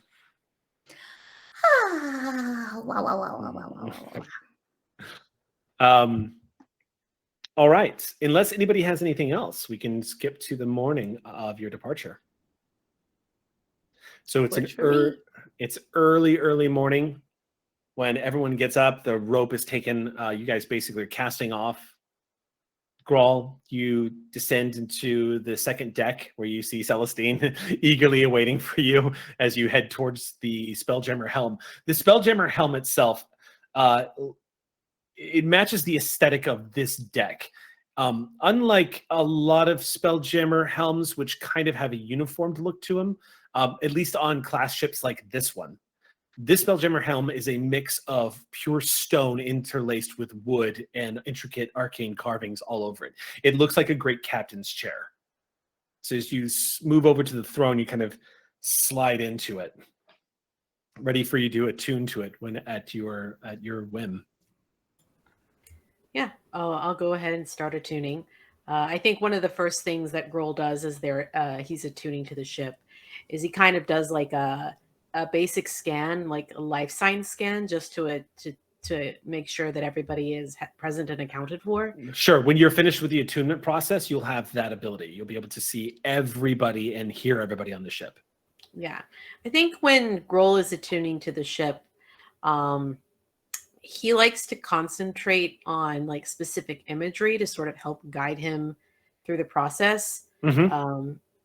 So like I think that like there's a lot of like flashes of where he was raised, like his home planet, like this Great Plains like esque place that's very hot. And just imagine like an entire planet that's the Sub-Sahara. And like that, I feel like that's kind of where Grohl grew up before they joined the Rangers. And he likes to kind of imagine the wind blowing through that space. And it kind of soothes him. It's very calming. Okay. You slide into the chair, begin to summon forth all the memories that bring forth a sense of foundation, a starting point, a point of origin for which you can sail from. Even out here in the midst of the celestial space that you now inhabit, there's still that anchor point of home that you're able to find that center in yourself. Closing your eyes, you slip into this chair and you can feel the arcane energy start to course through your body. It's not like attuning to a typical magical item. What you feel all throughout yourself is your consciousness beginning to expand throughout the vessel. You're also becoming more and more in tune with the power of the magic that propels this vessel. So there's this overwhelming sense of energy that just flows through you. It's unlike anything you've ever experienced before. Nothing has ever been like attuning to a Spelljammer helm. After a few moments of concentration, you slip into the trance of attunement. You're vaguely aware of Celestine curling up at your feet as they want to do when you do this. It takes about an hour. So during this time, everybody is securing supplies, picking up all of the junk that Celestine brought with them, and putting it in places where it's not going to fly all over the place once you all move But about. all the same place, right? Yeah, yes. Good, because that's how hordes should be. I do try, Kroll. I do try. I'm there for minutes. It's just very quiet and boring. Quiet. So I'm there at your feet for about 5 minutes, and I'm gonna go off on adventures and probably be ready for nap time by the time you wake up again. Yeah. Hour later, after all of the attunement is happening, you start to finally wake up to the expansion of your senses here on the Spelljammer vessel. The Dragonfly ship around you is now something that you are intimately connected with and can hear and see all that happens aboard the vessel. The gravity plane, which is just below the first deck, is where a lot of the supplies are kept. Just to clarify, there are 3 decks on this vessel: the main deck, the lower deck, which you are all now, and then the cargo deck. The cargo deck is where the gravity plane shifts. So when you go down below the cargo deck, the ceiling becomes the floor, and you all move in that way. So it's very Inception, where you just kind of Jareth the Goblin King just kind of step underneath and walk. That is true for the entire Spelljammer vessel too, by the way. You guys can literally walk out onto the hull of the ship and walk all around it, if you so choose. attuning to this, you start to hear all of the conversations that are happening on board the vessel. You can hear Wexel saying something about sandwiches and how they're looking forward to making some good sandwiches this time. You can hear Romska kind of muttering to themselves as they're checking their sword. You can hear all of the intricate dynamics of your crew happening all at once, but you do hear the prevailing voice of Apollos speaking to you directly and saying, "Are you attuned, Helm's person?" I am. All right. Well, I'll bring down the map, show you where we're going. For now, though, take us out. Yes, sir. The wings of this firefly just begin to expand upward. You see these translucent, solar-looking, sort of like iridescent, filmy, like sails that just kind of like firefly wings expand outwards, reaching up about 70 feet above the deck and catching the light of the moon. And with almost this faint hum of energy, the Spelljammer ship just begins to pull out of the dock silently, and you guys pull free. On the dock, you can see a little gnome waving to you, and this giant hamster bump into him and nearly knock him over as he's waving, as you all just kind of pull back and immediately speed off into wild space. A few moments later, as you are zipping past a few of the asteroids, y'all are getting a beautiful look at Homestone as you fly away. It is starting to disappear amongst all of the rock that is out here. Once you leave Homestone and fly into the Tears of Elune, you're kind of on your own. The Starjam Rangers do have a presence, a policing force, as it were, that kind of to protect people as they fly through here. But the asteroids are home to anybody who can creep through here with their vessels and take what they want. So everyone is on lookout while you guys fly through. This quaddle swoops down to the lower parts of the deck and into the main cabin area right in front of you, where you are currently seated at the Spelljammer helm, coils up onto this table and unfurls a map. You just see it detach from what looks like a small satchel that was surreptitiously hidden underneath the wing, just kind of falls out, and this snake head regards it for a moment, kind of rears up. You can sense the presence of arcane as this parchment unfolds and unfolds and unfolds and unfolds and takes up the entire surface of this 6x6 table. You see materializing on the surface of it is essentially a chart of the crystal spheres, the known crystal spheres all throughout the flow. And here in realm space, you see this small little section that maps out everything that is within the crystal sphere that you are all in, also known as realm space. You see the Rock of Brawl, which is out in the middle of nowhere. The Rock of Brawl tends to travel, moves on its own. And you see it on the map kind of moving, much like, a Harry Potter map. Just kind of, you just see this little thing, just like this ink blot that says the Rock of Brawl. And Apollo says, that is our destination. Should take us a few days to get there. You're even at top speed. How are you feeling? Well rested. Good. I don't anticipate encountering anyone since we are flying the flag of the Starjam Rangers, but just in case, we'll have lookouts stationed above. Sounds good. With that, he just swoops right out of the main cabin and up above. And now, We'll just start laying in our course. okay, now I'm going to do something that I have not done in Dungeons and Dragons in a long time. I'm going to roll on an encounter table as y'all are flying. See how your journey goes as y'all zip through. It's going to be about 3 days at top speed, which, by the way, in wild space, y'all move blazingly fast. Not as fast as you do in the flow, but when you're using spell jamming speeds, it's pretty fast. Let me just pull this up real quick. Each one has its own speed. Okay, let's see. All right. On a scale of impulse to warp 9, how fast are we going? Just kidding. Yeah. Our former helmsman is dying to know. You have to tell me. How fast are we going?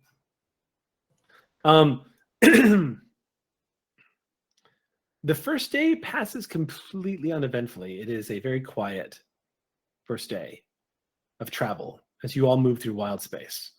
I mean, out here, y'all are amongst the stars. All you see is the beauty of these pinpricks of light all around you. In the distance, you can see some of the brighter stars are obviously planetoids that you can see here within realm space. But beyond that, it is a quiet journey as you are zipping through. You are having to take breaks. You can spend about 12 hours. If you spend longer than that, just so you know, it is considered a forced march, and you can start racking up levels of exhaustion. So it'll require you to sort of detach. When moving at Spelljammer speed, let's see, Spelljammer always moves in a straight line. Channeling magic, Spelljammer can accelerate to Spelljamming speed while but you are not within a gravity field. You are essentially moving about just over 4 million miles per hour. Spelljammer can travel 50 million miles if it needs to. Yeah. So yeah, I think that girl puts himself on like an 8-hour cycle, like an 8 hours of sleep, and then taking care of yourself. Yeah. Or not 8 hours of sleep, 8 hours of spell jamming, getting sleep. Giving themselves a little bit of space to have like some rest a time. day. I think one of the things that they might that he might do though, like starting a little later in the trip, is that he might take Celestine aside and sort of show them some of the controls in the helm, since like they seem so interested. But yeah. Okay.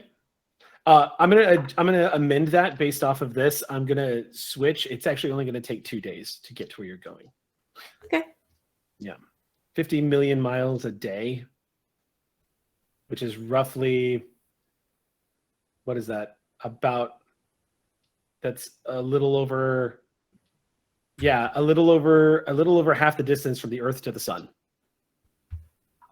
So you guys are flying. Yeah. Day 1 passes. Taking shifts, about an hour. Okay.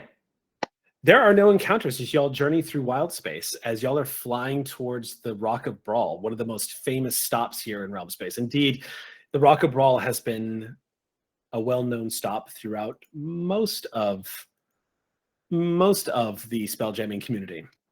But you're actually the first to see it, Ramska. As you're up on the deck, you can see, gazing out overhead, this asteroid that is easily quadruple the size of Homestone. It is a borderline like small planetoid, this huge chunk of rock. And on the surface of this rock, you can see clearly stretched out across a few kilometers.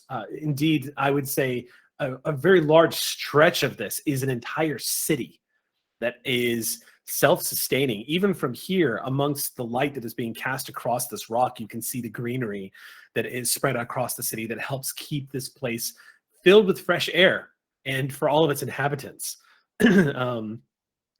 This city itself being spotting from this distance. I'll let you guys tell me if you've ever been to Brawl before.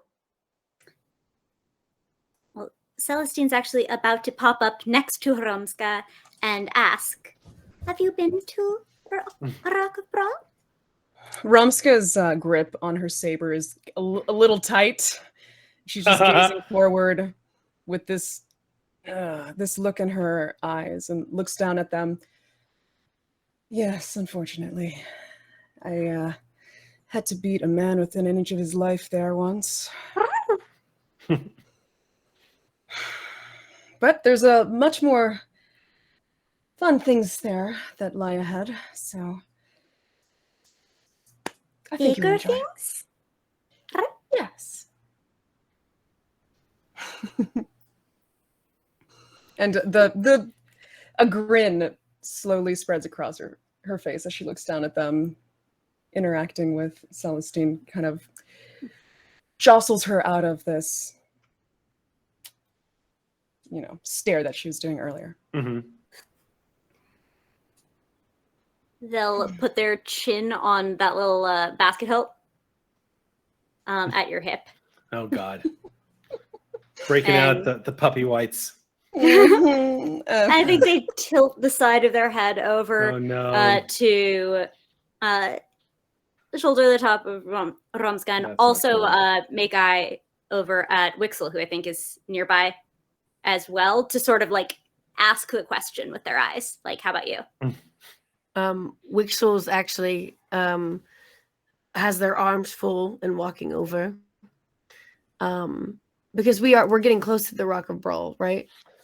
Yeah, like I said, you can see it. It's pretty easy to spot. It's about a mile. The city itself is about a mile long, and you can see the greenery built off to the side. Lots of open space. Okay. Well, I have a bunch of things in my arms, and I go up to them and get down. Well, not get down. I'm pretty short. I'm pretty much close to you. Like, we traveling with you is extremely dangerous, and there might be a lot of bad people looking for you. And it's impossible to dim the shine of that heart of yours, but maybe, little one, we can make you a little bit less crystallized. And that's what I pull out. I've been knitting for days. This little knit that if you want, it goes over your body, but has little holes for your wings to come out. And then also I have paint in case we want to paint your wings and like your claws and tail, just to make sure that you're not just like crystal dragon, out and about. Celestine, when you first said less crystal, there was this moment across their face, less myself, and then they see the knitting. It's really nice, by the way. I used all the finest yarns, and it's all fun colors. I didn't want you to, not feel fun and festive, of course. It's their like they imprinted very early on yarn. There is something very particular, and they have a ball of yarn, but I think this is their first Wixel knitted thing. Yes, dear. So they stick their wings out and try to, like, they can't really squish them, but they're trying to sort of like put it on. And of course, because I'm Wixel, it's a perfect fit. Obviously. And then of course I have paint if we want to make the wings a little less crystallized, and with a little brush. I didn't get a discount like Glamour, but had to pay full price for this. My flirting didn't work. So paint. Use that in a, but we won't flash back to that scene. It was embarrassing. They charged me double. I was gonna say downstairs, Glam is just, I'm missing so many things from my disguise kit today.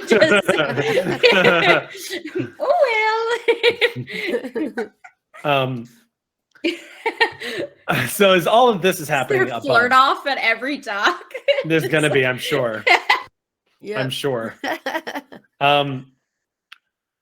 So as all of this is happening, there's two other stories that are taking place right now. One is Grawl bringing the ship into dock.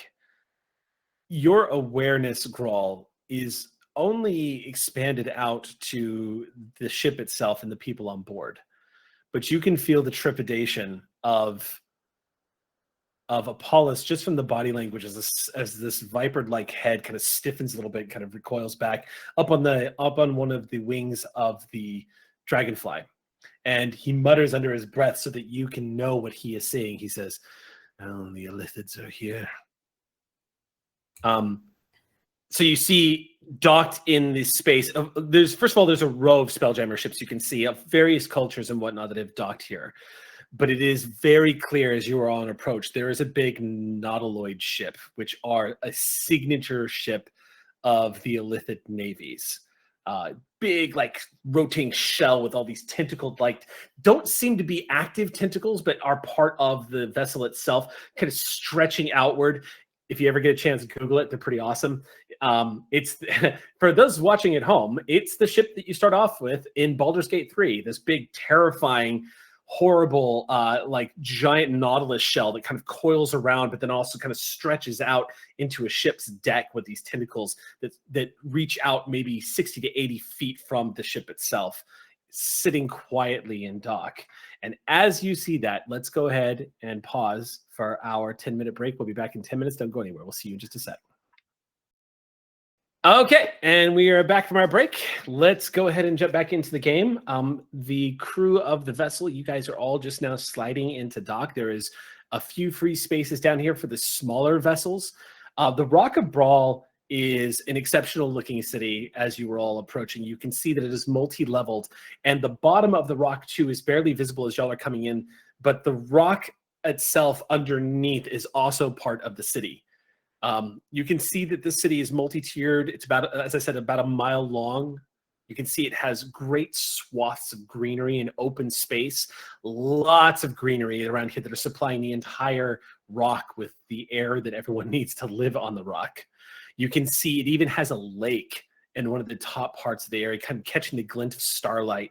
This place is currently pointed towards the sun, so you can see this entire day has been stretching on across the Rock of Brawl itself. Pulling into the dock, it's very similar to what you all left when you departed from Homestone, except for it is considerably larger, with much larger trading vessels. Some of the vessels that are coming through here are great galleons, very, very much in the vein of like Treasure Planet, these huge vessels with great tall sails stretching up towards the heavens of like golds and silvers, where their crews are constantly moving on and off the ship and unloading goods and whatnot. Races from across the D&D spectrum of people from all over the crystal spheres and space that are coming and going here at the Rock of Brawl. This is the melting pot of Spelljammer. You guys have entered into the city that is sort of the signature, not, I wouldn't call it Mos Eisley, but it's definitely the great melting pot of the setting. And it shows through all of the creatures that you see coming and going here and interacting with each other on a fairly casual basis. As you pull into the dock, the first thing you're spotting on the dock itself is creatures from every different type of race moving about, notably a beholder that's having a very serious conversation with a halfling. The two of them seem to be engaged in some kind of argument, and the halfling is getting angry. The beholder looks like it's getting incredulous. You can see that great eyelid kind of folding down as it's getting more and more annoyed. You can hear the baritone voice of this beholder snapping back at the halfling as the two of them are trying to negotiate some kind of trade deal. You do see some less savory sights. You see rows upon rows of undead that are currently linked together by chains that are being led up onto a ship. For those of you, you can smell them from here. The ship itself looks like it probably looks like one of these galleons that you can see, except for the ship itself does have sort of a blue ambient glow to it. Otherwise, looks like a normal vessel. Doesn't look like anything gives it away. There is a lone figure on the deck of the ship, marking down every zombie or undead being that walks up on, like it's keeping track of who is boarding the vessel, just like checking it off. You can just hear the groans of these poor souls that have been reanimated into these bodies being led up onto the vessel. At the very bottom of the deck is what looks to be like a jovial kitsune of some kind, like cat creature, that is counting his money as these zombies are being led up, and the bodies are loaded towards the back of the ship. The chains are taken off and handed back, and immediately the zombies start assuming positions all over the vessel, manning like sails and whatnot, just kind of slumbering, like dragging their bodies over to certain portions. That's when you realize that the person on the vessel has placed what looks like that little thing that they were doing, like keeping track of who was boarding. You can see them working their hands in sort of a net, like summoning arcane energies. If anybody has any kind of arcane ability, you don't have to make an Arcana check to know that you're seeing necromancy. Basically, just seeing Also, for those of you who are catching good sight of this, it's possible that the person who is casting the spell is also not alive. Entirely possible that they too are undead as they are working sort of this magic and moving the zombies about. And Grohl gives yeah. a very long, low growl under his breath at the sight of that. Yeah. And as you Undead, kind of undead are one of his favorite enemies. So. Oh, then yeah. I mean, in which case, because you're a ranger, aren't you? Mm-hmm. So you might even be able to innately detect their presence, just knowing Yep. that they are nearby. It's kind of raising the hair, the hackles. Your mane is kind of stiffening a little bit as you're feeling a bit of that rage, like that cold rage underneath. And next to you, Apollos appears, just wings slowly flapping and keeping them afloat as they near the side, like near your shoulder, Grohl. And you hear just this, yes. The fleets of the necromancers and the liches, they do business here. Criminals who are often found guilty in the courts are sometimes executed, their remains given to the necromancers. It is a vile, vile practice. I would see their filth wiped from the universe. Apollos nods slowly and says, we would see it too.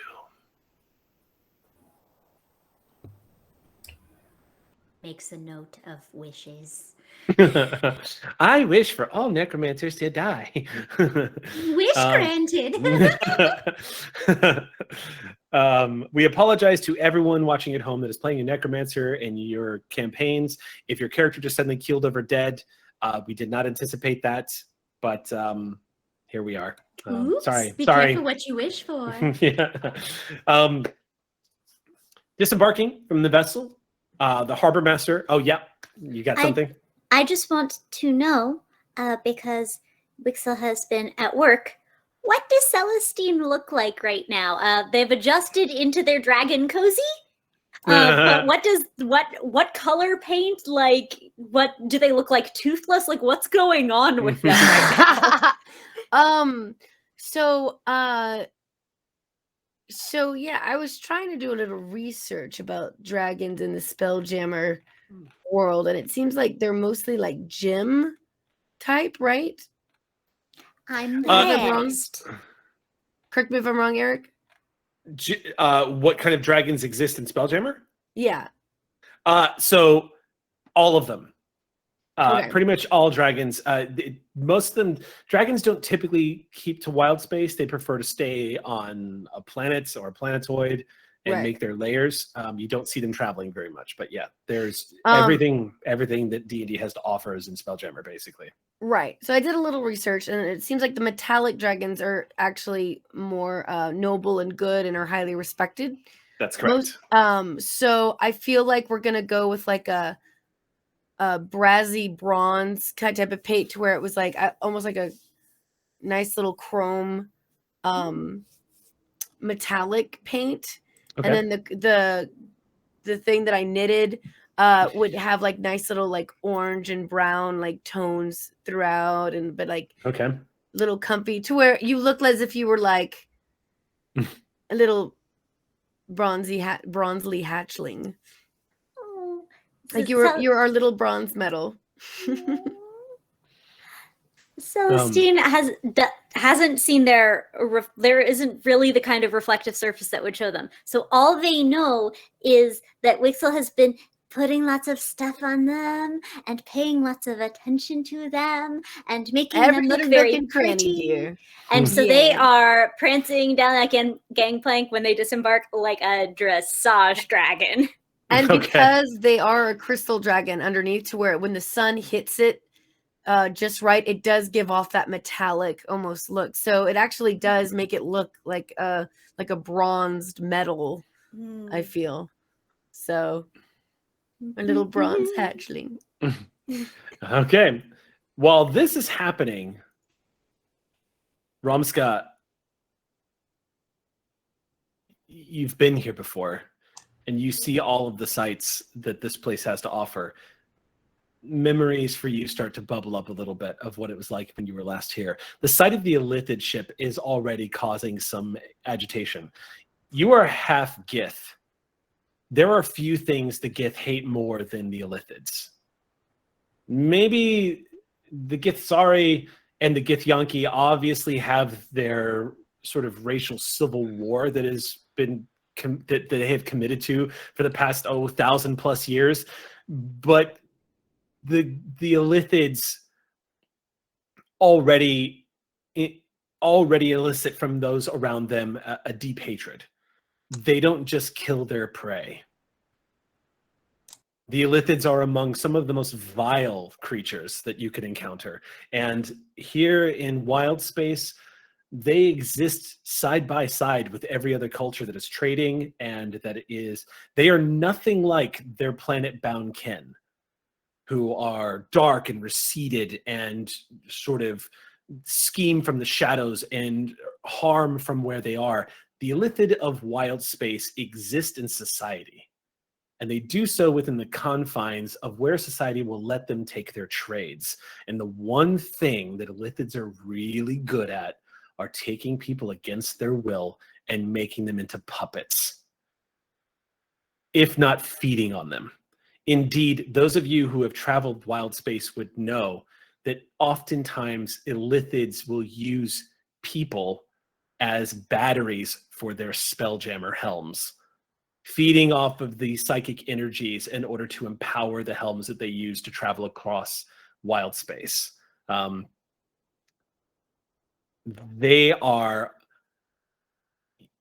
Your companions may not be prepared for what they're going to see here, because you having been here to the Rocket Brawl, it's not uncommon to walk into a tavern and see an Illithid sitting at the bar with maybe a business dealer of some kind. They wander about and do their business and move on. In the Rocket Brawl, it is kind of understood that you don't start shit. It's very similar to the City of Sigil, which I don't know if any of y'all have been to, but I'll leave that to your characters. You don't start shit. There is law enforcement here, and they do what they can to keep things under control. But this is sort of a neutral port. However, whether or not Rumska has enemies here, I leave to you. You all disembark from the vessel. People don't really give Celestine a second look. There's not a lot of attention being drawn to all of you. With the grand plethora of sights that you all see disembarking from this ship, it's kind of Star Wars-y in that it's not, so what, like another alien, like just this melting pot. They've seen it all. So you're able to enter in and pay the harbor master relatively quickly. If y'all want to go ahead and place, it's 100 gold. Whoever wants to fork that out or mark it on your character sheet, but it's 100 gold to dock here. So whoever wants to mark that down, and then you guys have free reign. As the Quaddle coils up next to you all, flies up in front of it and says, "I'm going to be remaining with the vessel to ensure that no one..." Well, you get the idea. As the Viper's head kind of turns and watches, as you see what looks like a incubus casually strolling down the street with a few people in tow, just to like punctuate the sort of dangerous area that you're all in. Everyone's eyes are drawn to this demon that is casually walking, barely clothed, with wings folded behind the back, short stubbed like horns coming through, attracting the attention. Incubus being these creatures of presence and seduction. Even those who would not be drawn to such appetites find their eyes watching this creature of evil majesty strolling by. As it moves past, it does make note of the Quaddle and kind of smirks. Of course, y'all know Apollos is a celestial, so the sight of a demon, you see strolling by, Apollos glances back at all of you and says, "I'm going to stay on the vessel and make sure that no one snoops about." Okay. The place that you're all headed to is a inn, tavern, I believe, in the middle city. down near some of the trade markets, you'll know the tavern by the name of the Second Chance. For Keshnia the Cranky. Yes, and I don't know this person quite well, but Kesnia, from what I understand, is a vicious individual who is interested only in profit, probably why they make their homes here. Just be very careful. And don't call her cranky, apparently. Oh, right. That's not her own title. That's I see. Yes, we'll be careful. Yes, it's best we just leave it at her first name. Kesnia. Yes. Kesnia. No cranky. Leave that to me. Here we go. And if anybody messes with the ship, you send for us as soon as possible. I have a spell prepared if anybody was to be caught snooping about. Grohl heard little Celestine's quip to themselves, and his eyes just kind of cut over at them, and a big eyebrow just sort of raises. Behold my masterpiece. Little bronze dragon looks up at Kroll, and they've never had butter, but it wouldn't melt in their mouth. It's a new word to them. I think it's semantic satiation. So like every couple paces, they might be just like murmuring to themselves. Cranky.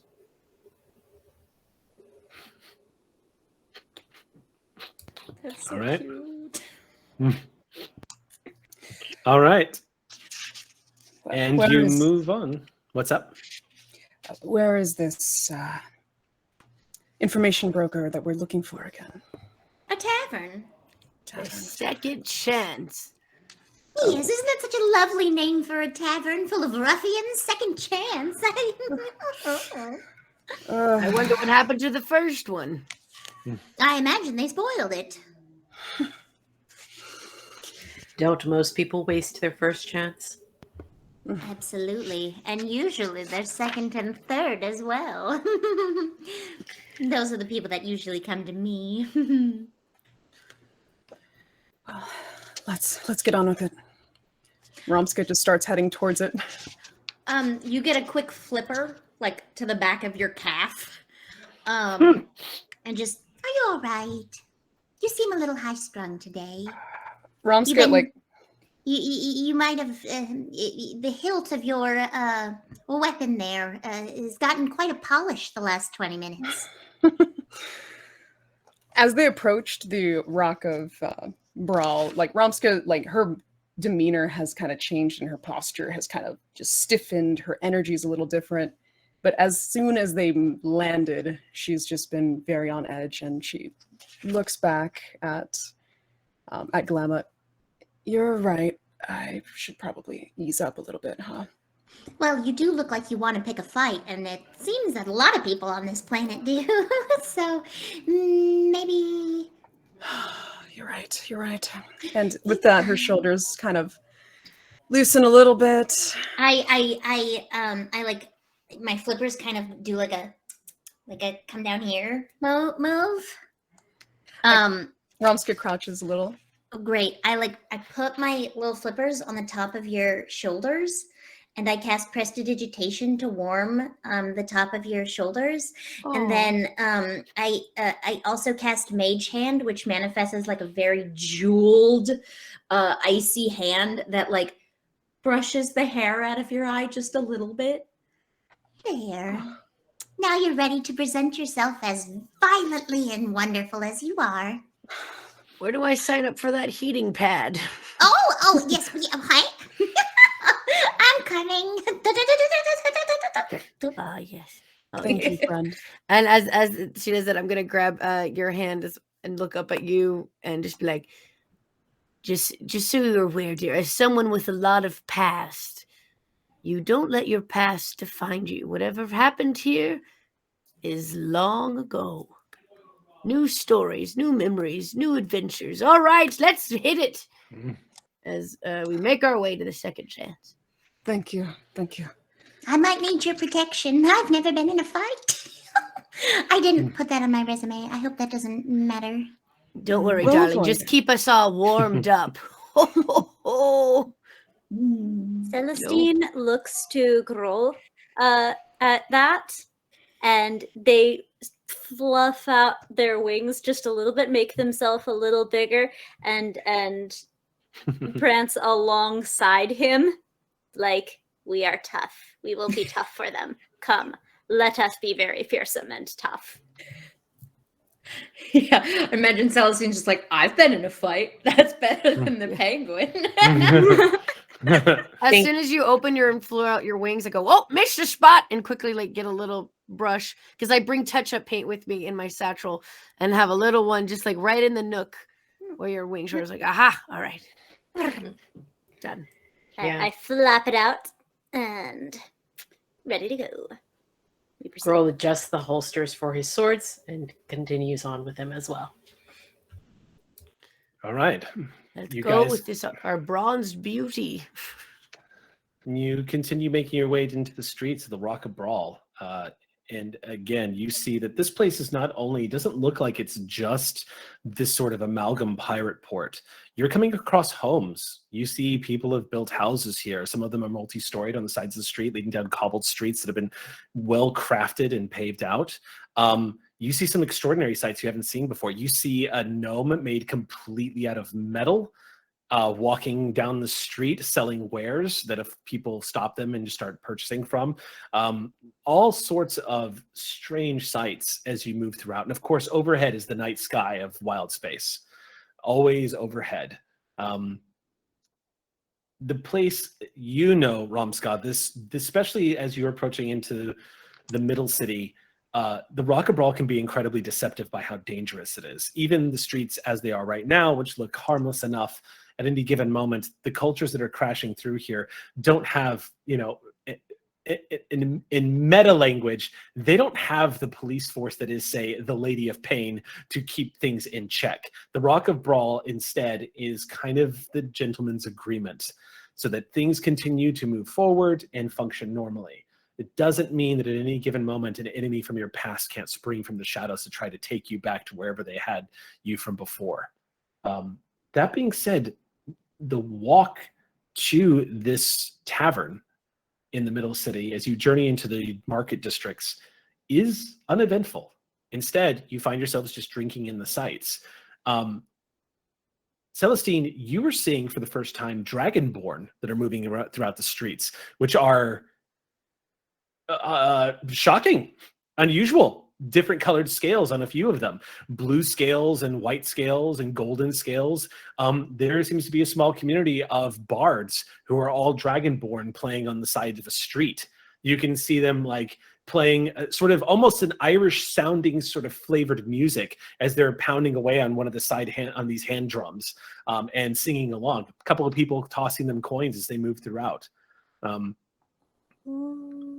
Yeah, Grohl just gives like kind of a soft smile at like the wonder they see, like he can see in Celestine's eyes, and Yeah, it's small, it's a small secret smile, but yeah.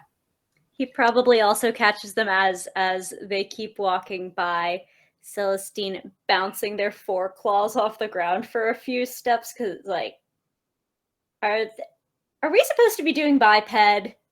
I thought we were supposed to be doing it this way, but look at them. They look like me. They're doing it that way. Just a little bit of imitation. no wings. It- That's Some people hide wings. Apollos hides wings sometimes. It's very sneaky. all right. Eventually, you come to the location known as the Second Chance. It is a 3-story tavern. Very well built. It's quite large. It's very huge. You can see the exterior, the way it stacks on top of each other. This place looked like it may have been a manor at one point, or perhaps it was always just this huge tavern. The door is open. It is not a door that opens and closes. It's just kept open as you all stride in. The Second Chance has this large wooden signpost out front that just says, it has the word second chance written on it, and then it has sort of an exaggerated face of somebody coming out of the corner with their hands going like this, and underneath it, it goes choo as you all walk in the front door. Striding into the tavern itself, you all see the interior is quite large with vaulted ceilings and a second floor that has a platform very much like an old Western tavern, where you can see the walkway above and more people congregating in tables on the second floor. You see the method in which to get up there is multifaceted. There is a staircase, there is a pole, and it looks like there is an arcane sort of like levitation like platform that just takes people up to the top and then comes back down. More than a few people look like they've gotten drunk and have probably clocked their head on that thing as it was descending, like they were, like, you know, like you mess up in Mario sometimes. The tavern itself looks like the barkeep is standing on a raised platform behind, but you just see it looks like a middle-aged man, probably in about his 30s. The most unremarkable thing that you have seen. This guy could be the barkeep anywhere, just moving about, except his eyes, which are pure gold. There is no iris. It looks like they are just liquid metal gold that underneath the eyelids as he moves back and forth, talking to people and having conversations. Thick graying beard of like, it looks like it was blonde at one point, but has since kind of become that pale gray, moving back and forth and talking to folks about 6 feet tall. Just kind of nods to you all, kind of says, you know, gives you the motion to come on in as he finishes having a conversation with a GIF who is sitting at the bar and drinking out of this huge mug. Just as you can imagine, with the face of a hippo, this tankard is just yesterday massive, just setting it down. You approach the bar. The bartender sets down the mug that he's working on, turns to all of you and says, "Do you eat? And if you eat, what would you like to eat? If you don't eat, what would you like to drink? If you don't drink, what can I do for you?" We all eat and we all drink, and we will have whatever you have on offer. Fish. We have fish on Meat. offer. I will take meat. Meat we can do. Very good. Pick any table, I'll bring it out to you. And your finest drinks, whatever those may be. I have a large selection. I'll bring the menu to you. You can pick and I'll bring it back to you. Sound good? Sounds excellent. Excellent. You see, as he nods to you, he looks back down and he splits into two people. Just, and the second half of him immediately starts walking back to the kitchen as the other half of him continues cleaning a mug. And he steps inside, just vanishes behind the counter. Which one of those was the second chance?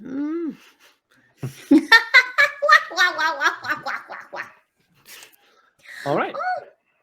Yeah. Have you Sounds done this good. a lot, girl? I've been to fair few port towns in my time, yes. But You don't have a local drink? A favorite? no, I have to be perfectly honest. If it's not meat, I can't taste it really. So I just sort of Ooh. enjoy whatever they have on tap. Mm-hmm. I hear that there are some places that put bubbles into regular drinks. Bubbles. Yes, Bubbles give me gas. Yes, that is a side effect. Bubbles. So as to not to taste, but to feel. Interesting. Do you think they could make something that is warm and bubbly? Oh, with that, would you wish for that? I would. She dives under the table. He goes to the bar. Ronska's been eyeing a table at the edge, kind of like right on the edge of like the wall in the corner where nobody can kind of leap from the shadows. And she's eyeing this and glances at the group. How about that table? That seems like a good one. Perfect. Go ahead and make a perception check for me. Yes, indeed. What is my perception?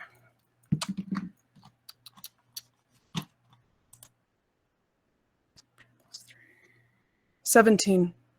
Okay. There's certainly plenty of people in here, but most, just like the port as you were walking in, no one has really taken notice of you except for one person. There is somebody who is not hiding how they are staring at Celestine as you have all entered into this tavern. Somebody, not necessarily even towards the back, but just somebody at one of the tables who is kind of leaning over the drink, and it looks like they're in the middle of a conversation with a couple of elves, but they have glanced over at you guys multiple times, staring directly at Celestine. And a human, female, probably about 6 feet tall as well, also dressed in what looks like armored, but judging from the look of the armor, it looks like it's really well worn, kind of battered and beaten down. Deep cuts and grooves you can see in some of the front part of the breastplate itself. Has a rapier fastened to her side, but she is eyeing Celestine pretty openly as you all move to your table. As we move to the table, I lean over to everybody and whisper what I am seeing. Okay. That fighter-looking person over there seems to be eyeing our friend. And then I look over at them, at Celestine. Keep an eye on that person. Celestine brushes past Romska and starts to claim our corner table. It is ours now. It is our tavern lair. And curls around the what's the if it's a center table leg and not like a table with legs, usually Yeah. I don't know what the word is for that kind of pillar. Yeah. That's okay. But they Yeah. curl themselves around that so they can be looking up out and have the quick escape out onto the floor and be able to look at Romska, who I just feel like she has the edge of the booth energy. Like the first out the booth kind of energy. Yeah. Yeah, totally. Just so often just kind of looking up, gauging what is Romska looking at. Where is danger? Right. Where As Wixel takes a seat, she's going to look as innocent and inconspicuous, oh boy, as possible, and pulls out her knitting with her knitting needles, knowing fully well that these are actually for her, like, very deadly weapons, but just going to look like sitting next to her sweet little, dragon hatchling, knitting and just, maybe rocking a little bit and be like, oh yes, I can't wait for our meal, just playing the innocent old cute gnome grandma. Why don't the rest of you, actually all of you, make me a perception check and tell me what you get. Ooh, good. Yeah. Would you like me to as well, or am I distracted at the bar? No, you would make a perception check here. Okay. I don't typically side with passive perception, although I do like the rule of passive perception. I'm perceptive. I'm I a got a baby. 28. 28? Yeah. I got a 26. Woo! Okay, 21. Okay, hold up. Did you guys, we're playing D&D. Did y'all bring your fucking tricorders from the last campaign? Because that's not permitted. You gave us 2 uncommon and 1 rare item. Yeah. Damn it. No, You you're didn't supposed to leave that on. But my passive perception is 20. All right, like I'm my little old lady. That's true. You're a she doesn't wisdom mess bot. around. Okay, what'd you get, Adriana? Oh, roll again? Okay. Let's see. 21. Okay. Did we all roll above like a 20? You all rolled above it. No, what did you get? 4. Okay, 21. so yeah. Oh, okay. I'm a baby. Yeah. And everything's exciting and new, and there are smells. Did you know there are smells in this tavern? Celestine That's was okay, also dear. We'll told be perceptive for you. Celestine was also told to keep their eye on what's going on at that other table. So what you are seeing, Celestine, is this woman at the other table when you two make eye contact, you immediately get a sense of she has no problem knowing that you're watching her and that she's watching you. So she looks right back at you when you make contact and takes a greedy swig from her drink as she continues to stare at you. Before conversation finally pulls her attention away and she nods to the person that she's talking to. The rest of you, however, notice a second person you didn't spot before. This one is doing the broody thing towards the back of the tavern. And this one stands out especially to you, Romska. At the very back of the tavern is a Gith that is dressed in full armor with 2 swords at his side. He is in a chair with his legs crossed and his hands up into his face. Black hair pulled back into a tight top knot. You can see that sort of mustard yellowed skin and deep green dots all over the side of his face marking him. The look in his eyes with Gith, they can be kind of hard to read sometimes. Generally, it's not difficult for Gith to give you the evil eye if they so choose. This Gith looks like he's watching all of you with a quizzical brow. And when you spot him, he too doesn't look away. He doesn't look like he has a problem knowing that you see him. But he is giving you sort of discerning looks at the table. So you're in sort of a prancing pony situation where you can't tell if like, okay, so which one of these guys is the asshole? Like you're in sort of that sort of crossfire. I think that's when Glamma finally comes back to the table carrying like a couple all of the food and drinks and and food and it's just like, Well, I know that I gather a lot of attention, but this is something else. and then she slides a warmed and can I add bubbles with prestidigitation since it's a sensory effect? I can't imagine like I could do saying no to that. Thank you. So Yeah. as she slides it with her hand over it, you see a slight steam start rising between her fingers and a little bit of bubbles. It's and like she goes, cauldron. and she goes, I got you a fizzy hoppy tea. I call it the Eagle's Splendor. I very much like that name. Thank Ooh, you. taste it. Of course, Glam, I will taste it right away. Thank you. Mmm. And the moment you sip it, you now have advantage on charisma checks. What did you do? I gave them the Eagle's Splendor.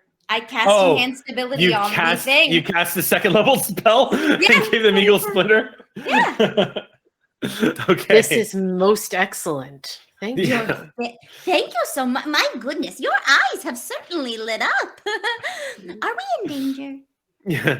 I look again at the 4 tables staring at us. Yeah, you cast summon Jolt Cola and basically almost certainly the hackles Without on the missing a back beat, of I'm my like, yes, neck dear. have been standing up since we got to this place. We are almost certainly going to be attacked by these ruffians. Oh, should a tiny flipper point. What about the kid? Is it too dangerous for them? Should we make We could them- all walk out of this bar and leave them here, and they would take care of it. Oh. But we're not going to do that because that wouldn't be any fun. Oh, are we gonna have fun? Romska? This whole time, Romska has. I'm sorry. Oh, I was saying Romska. Oh, it's Romska. You got it. This whole time, Romska has not broken eye contact with the Gith across the room and just leans back and takes her saber out and just puts it on the table and just like hangs out, continuing to stare at the Gith. Okay. Thank you for the drinks. You're welcome. And she just takes a sip, glances at the other one staring. The other one's getting up. She has set her drink down, moves the chair back, slides it back in, and nods to the 2 elves that she's talking to. The elves nod back and go back to talking to one another. They have taken no notice of either one of you. This woman, though, she glances back at the table one more time before heading for the door. The Gith, noticing you staring at this woman, also begins to watch her walk out the door. And when she leaves, he hesitates for a moment and glances back at all of you. And then Detect he thoughts. stands. Okay, so you're going to cast Detect Thoughts. Yeah. They're flirting. I want to know what he's thinking. Okay, so Detect Thoughts is, let's see. Whiz save, I So, think? is that a wisdom save? Actually, I'm not going to do that because it's a concentration, and I don't want to have immediately taken away your charisma boost. So Yeah. I will keep your charisma boost. I forgot enhance ability was also charisma. So I Really wish I could detect thoughts. Remember, you have insight. If you would like to roll an insight check, Yeah, that I'll helps do you. it the old-fashioned way. And it helps you sense motivation. It helps you kind of understand what's happening. Maybe come to an understanding of a social dynamic that's happening right in front of you. Oh, yes, because I think they're flirting, and I want to know if he's flirting back. Would I Okay. also be able to make an insight 25. check? Yeah. Whoever wants to make a roll, you can step up and do it. Yeah, no problem. That would be a 25. 25. Okay. 28. Again. I keep rolling an 18 plus 10 Okay. for. You and Okay. me, we're seeing the saber eyes. You were We're watching- so wise, the two of us. Me and my little wise penguin. From her, you were getting a sense of malice. Like the way she strides out the door, you can sense that she has ill intent. Whatever it is, you're not sure, but she resembles somebody who has contained rage. But there's also sort of like this urgency, this level of excitement. You're not sure where it comes from, but she walks with that sort of energy as she moves throughout. The Gith, as he's watching her walk out,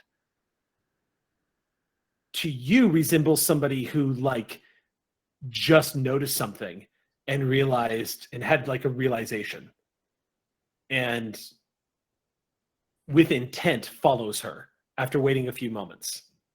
When she left, did she seem cranky? She definitely didn't seem like she was in great spirits.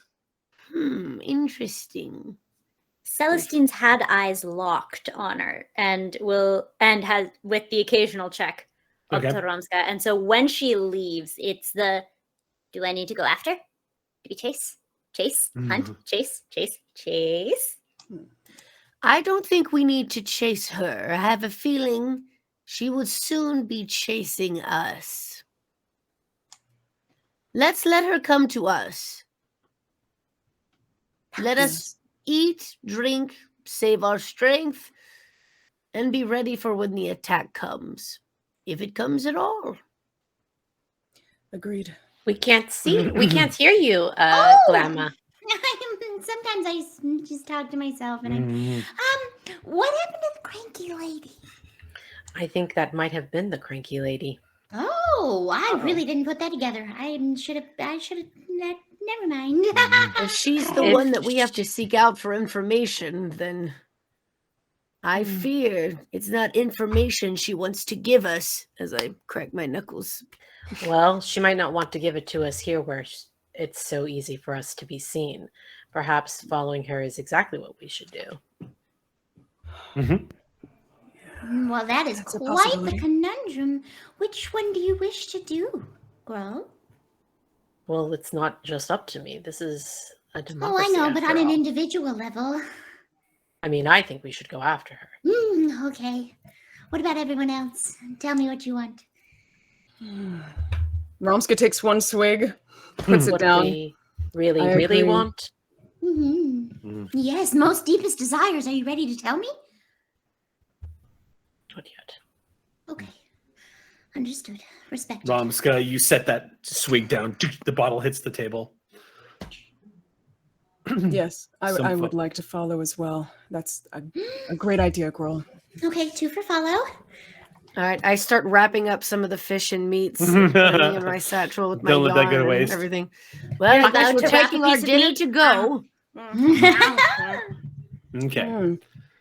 When you all reach the street, as you all file out of this place, I'm gonna cast Pass Without a Trace.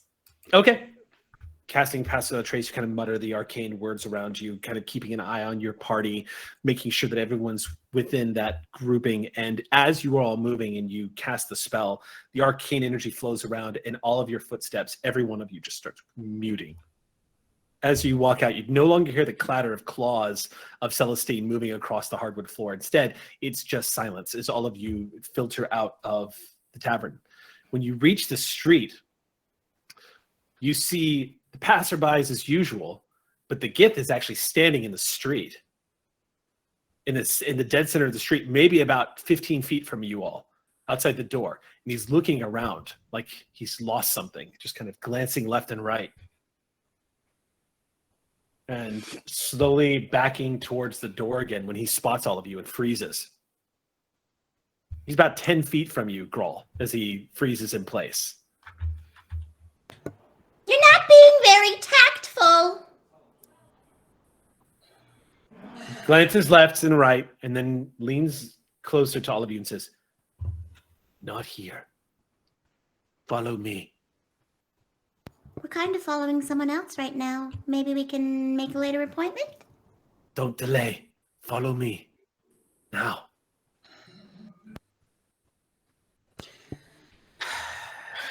Who are you?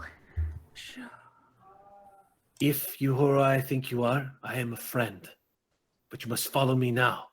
Oh, that's nice. Okay.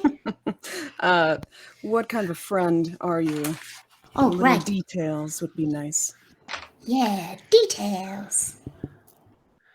You see him exhale, looking a little vulnerable here in the street, like he doesn't want anybody to hear what he's saying. He leans in, he steps a little bit closer to y'all, but he has his hands in front of him.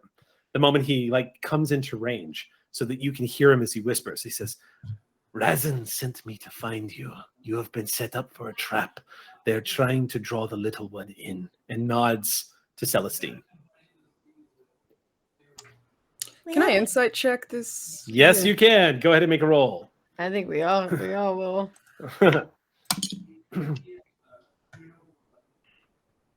what is my insight? I would like to Arcana insight him to see if he's being magically persuaded in any something? way. Yeah. 14 for me. So you wouldn't be able to detect any magic. You could use Arcana to look for symptoms. Yeah, of that kind of enchantment. thing. Yeah. We're in Illithid town. It makes sense. Yes, it makes sense. 13 for me. 13. 20. What'd you get, Adriana? 14. 14? 21 from Wixel. Okay, Wixel. Ooh. Look, I'm very insightful. I've been around. You hear? 15 with the Arcana. So Grawl, Romscott, you're not sure. He's being so shifty. It's hard to place it. Wixel, whatever his intentions are, he seems slightly desperate to get you all to move. You get the impression that you're getting a worried vibe from him, an anxiety, not necessarily a malice or Right. yeah, but you're definitely getting the sense that he is feeling very exposed right now. As for you, Glamar, you don't see any of the telltale signs of somebody who might be suffering from some kind of mind control. People who are usually under enchantment, they lose the subtleties of their own personalities, which is easy to spot in people even you've never met before, because they kind of just lose. If you know what to look for, sometimes you can spot that sort of robotic kind of, "Hey, you must follow me," kind of forced. It's a little different with Mind Flayers because that's a whole different. If somebody's got a tadpole in their head, then they're gonna act. Yeah, they're gonna act totally different. But sometimes with enchantments, you can tell. In this case, he doesn't appear to be suffering from anything like that. Well, that's good for him. Yeah. Well, I'll turn to my group and say, if what our so-called friend here is telling the truth, and I believe he is, then we were going to be walking into even more danger for our little one here.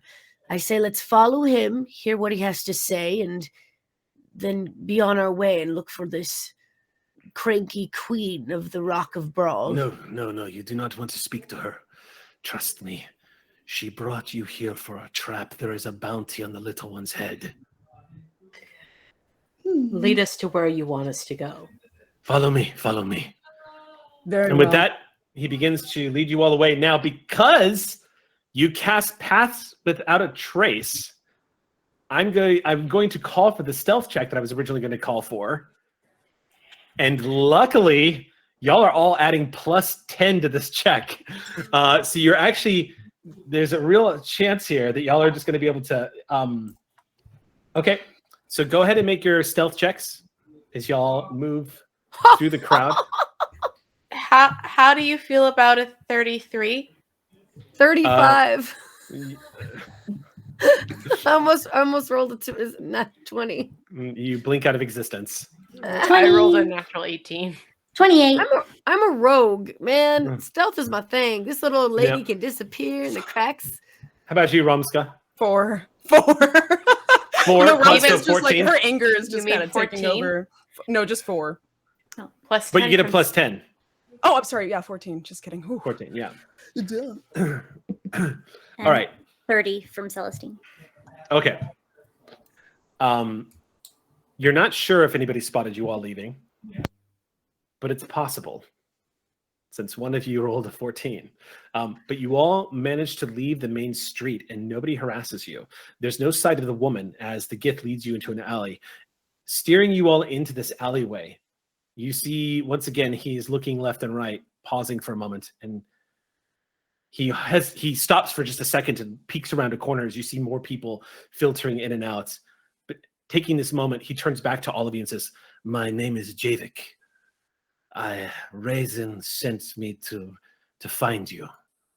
The cult of the Void Serpent has put a bounty on the head of this young crystal dragon. I don't know why they have targeted you, little one, but you are special to them. We have been tracking their movements now, learning what it is they desire, why this cult has been putting out its feelers, its resources. When we found out they were reaching to the Spelljammer Rangers, we thought something was curious. One moment. Leans around the corner and says, "Go, follow. Celestine gets on their rears for a moment and scratches up at Groll and says, Scroll!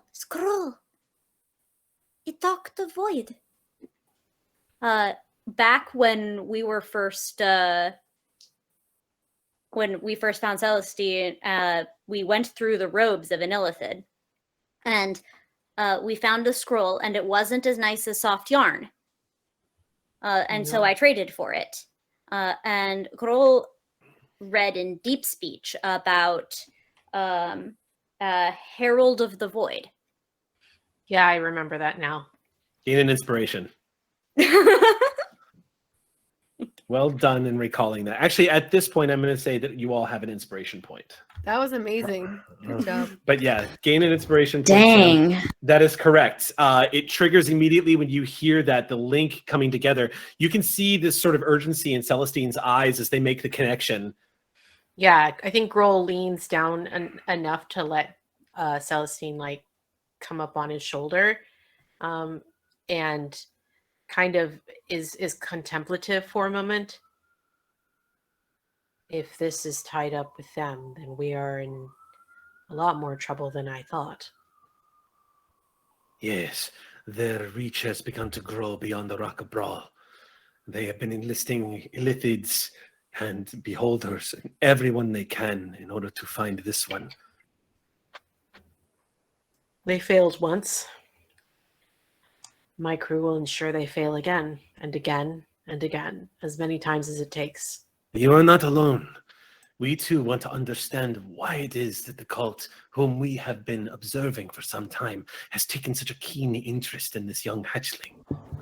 We've been What's- trying to understand their motivations, but now we have an opportunity.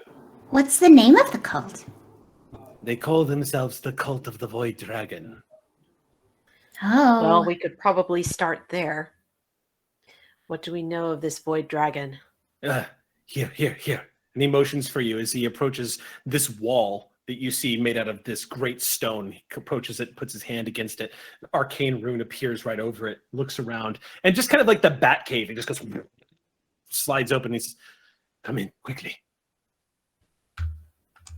This corridor looks like a pocket dimension. Anybody who is familiar with Arcana knows that you've kind of entered into what looks like either an illusion or something that actually leads into the rock, or it's a sort of a mansion spell of some kind. You're not sure.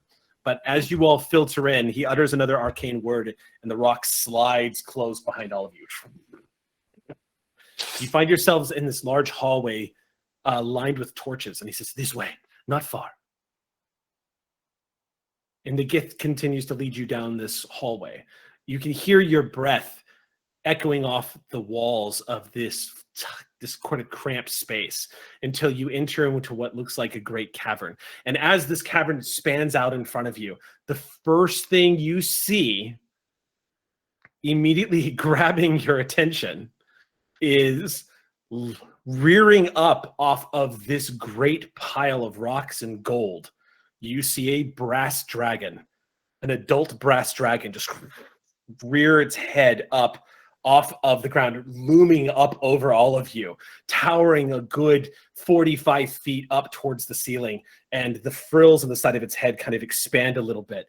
These great golden, sort of oranging, burning eyes glancing down on all of you. The gold coins kind of falling off of its scales as it situates itself. And as the Gith comes into the room and you all follow, just kind of looking up at this creature, the Gith calls up, "I have brought them, my lord." You hear this voice, this dragon say, "Were you followed?" "I do not believe so, but I do believe that the cult has found them. I think one of their scouts may have spotted them in the tavern as we thought they might. I was able to get a good look at her this time, though. I know who to look for." The dragon just nods and says, "Good, good. Better than expected. At least there wasn't a fight, at least not yet." This booming voice, and the dragon immediately lowers its head right up to you, Celestine. This great nose just says, "Hello, little one. You're a hatchling, eh? Quite young. Yes. Am I the first one of your kind that you've seen?" They bow down with their head a little like the play bow and look up. Yes. The dragon rears its head back again and says, "Have you had encounters with the cult of the void before?" We can certainly affirm that.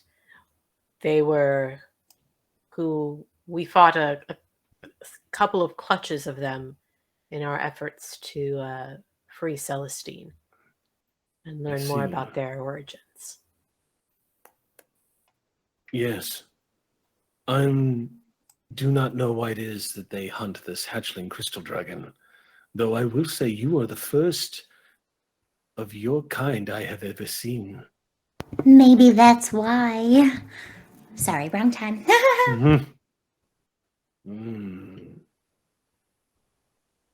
And you do not know why they hunt you, do you, little one? Tribute. Tribute. Glances at the Gith. The Gith says, "I know not, my liege. But these are the Spelljammer Rangers that the cult has been searching for." The dragon regards all of you for a moment. There's this sort of awkward silence. "There might be a way."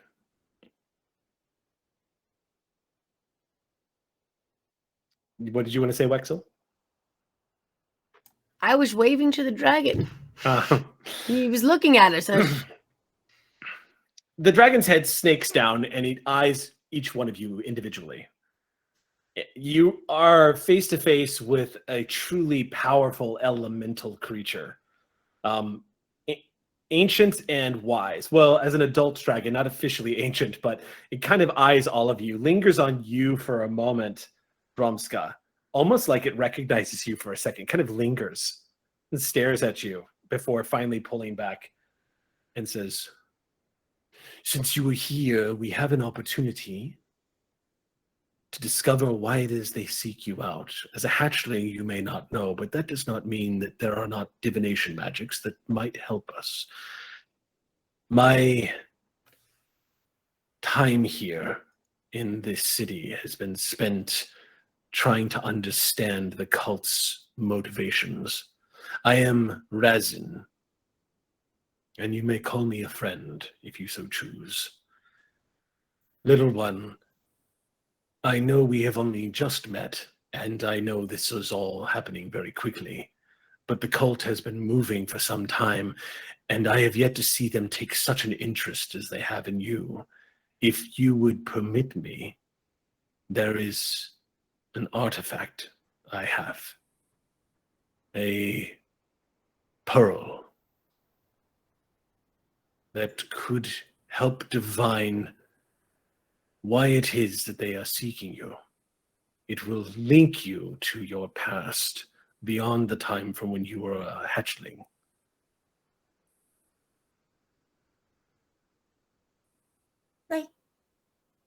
Like the nice voice? I know not what you speak. I was in my egg, and the nice voice told me about the world. This doesn't... You see the expression as you continue to talk. He kind of shifts his head and listens to you intently. I tell him everything I can remember about the nice voice and how I hatched, and the voice wasn't there, and I looked all over the ship, and no one like that was there, and I never found the voice. But maybe I would remember them? We shall see. The pearl is called the Shard of the Astral Traveler. It will let you gaze into your past and help you discern what your future may be. It's possible you might have an insight. It's possible you will learn nothing at all, but it has been a guide for me in uncovering the motives of the cult. And with you here, with all of you here, it's possible now that I might be able to succeed at last. Will you help me for your own sake? Yes. The bulk of this creature, as it suddenly just shifts and starts to stand, and all of you can feel the concussive like thunder underneath your feet as it rises up from this pile of treasure. The gold that it is sitting on, you can only imagine how it collected it in its time here, but it moves off that pile. Celestine's hyperventilating, and it moves over. And you see, taking a clawed hand, it reaches down and just using a claw, it flips open this great chest. And as this chest folds open, you see immediately the Gith rush over to it and reverently reach inside. And as he does so, you see him withdrawing what looks like a pearl that's probably about, it's absurdly large. It's about this big. Easily takes up the entire palm of your hand, but it shifts with this sort of translucent glow of the rainbow, like the astral sea kind of contained inside of a single pearl. As he pulls it up and approaches you, Celestine, he has it on what looks like a cloth. And he says, as he kneels down next to you, and he says, what you do is you touch your claw to the pearl, but you must be prepared. Lots of visions will come to you. Some of them are metaphorical, some of them might be literal, but some of them could be frightening. Just be prepared. It's unknown what the shard will show you until you have actually seen it.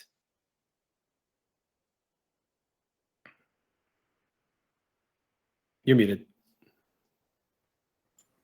Celestine is very brave. They don't look back at their friends, but they do snake their tail Around Romska's ankle.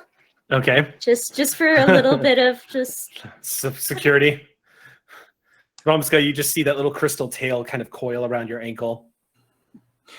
Romska just, I guess, settles into her stance more as she sees their tail wrap around my legs. So.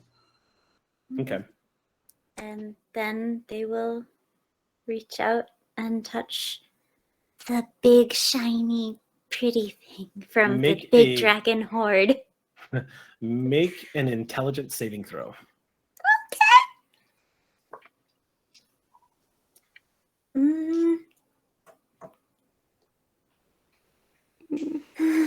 Okay. This one's shinier. Shiny dice. That's the Celestine roll.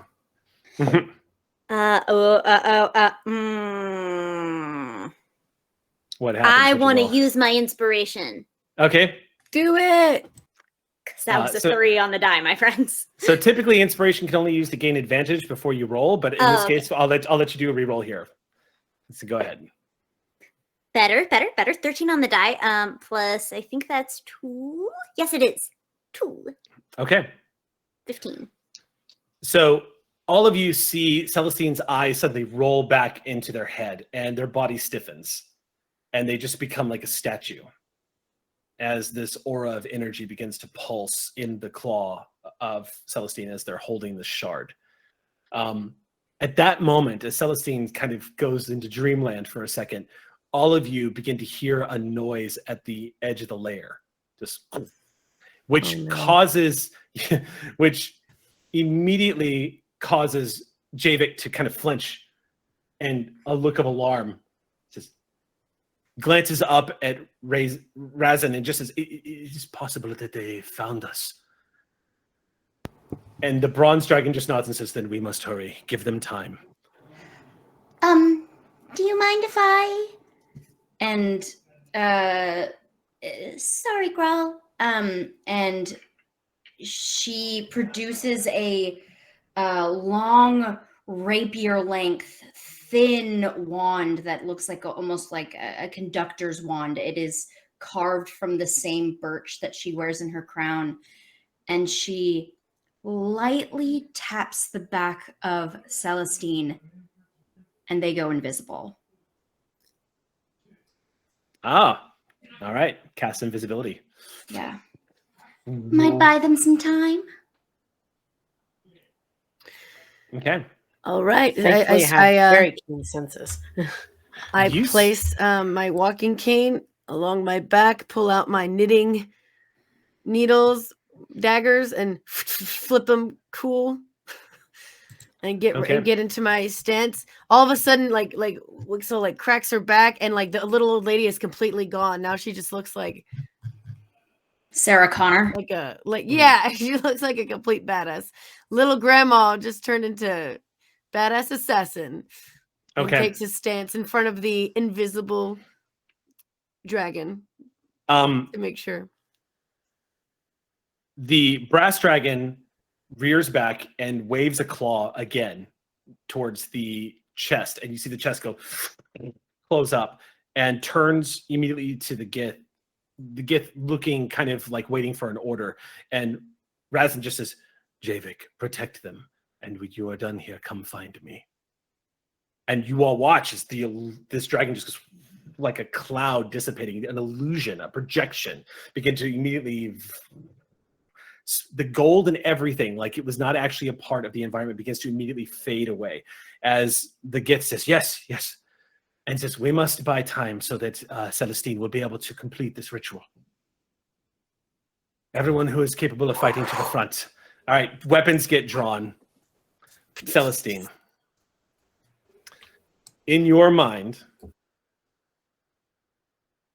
you feel a warmth spreading through you. And you can hear your heartbeat deep inside the egg. You remember what it looks like with the golden light crashing through your egg when you're looking outside the sunlight, the way it felt, and you can hear somebody giving you lessons, teaching you about the world. And it starts to rattle suddenly. You hear commotion. And then that stops. And suddenly you feel like you're being torn away from that vision. You're pulled back almost like you're falling back into a pool of water, and a feeling of sinking, a sensation of being withdrawn, jerked away from this moment. You see stars flying past your head for a few moments, a dizzying sort of just like sudden acceleration. And you find yourself collapsing on the side of a rock face in the middle of what looks like wild space. And before you is this great nebula. And as you are resting on the side of this rock, you getting your surroundings and looking at the cosmos around you, you suddenly stiffen instinctually as you just hear this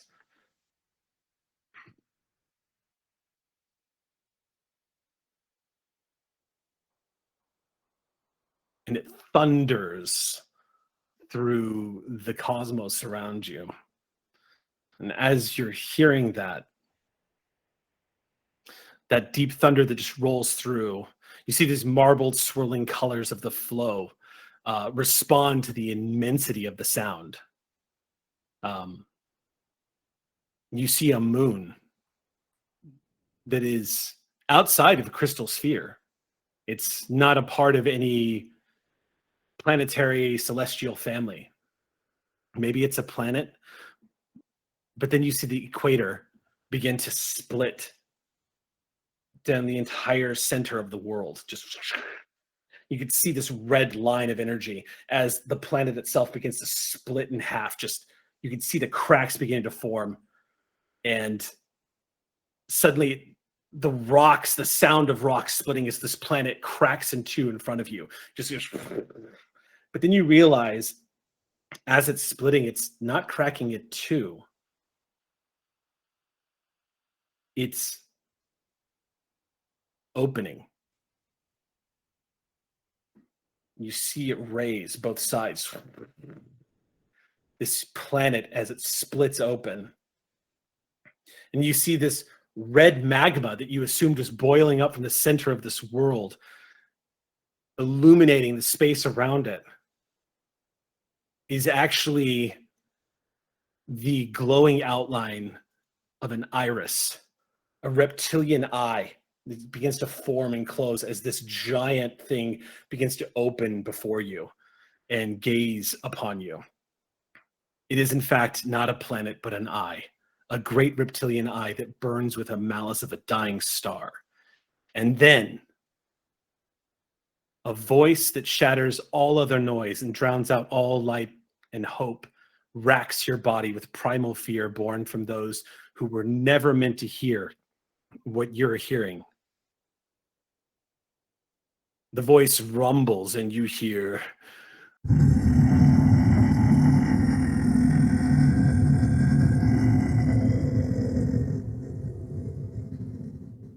"There you are, little dragon.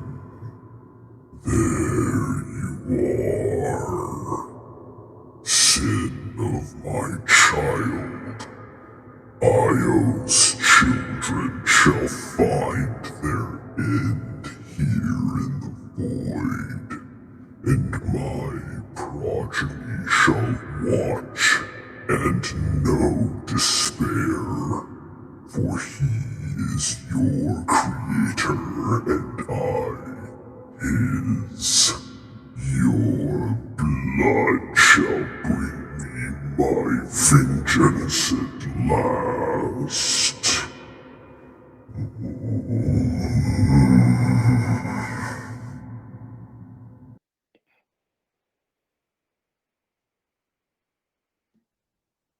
and you start awake, feeling seen by this thing. And that is where we have to stop for the evening. No! Nothing like feeling seen while invisible. Yep. And That is some Frodo shit. Yeah, that was Yeah, so, right? so I metal. know. So I'm Sauron. What's happening? That was so cool. Metal. So that's going to be our first session of Star Jam. We finally kind of started to uncover what's going on with the plots. So definitely join us next Monday night as we get into session 2. The party is currently trapped inside this cave in the Rock of Brawl with apparently a cult about to bash in the door to come find them. Yeah, we've seen worse. It could be worse, yeah. We're gonna go ahead and call it a night. The worst. Thank you so much, everybody, for tuning in. We will catch you next Monday. Go have a good night, and we'll see you then. Thank you.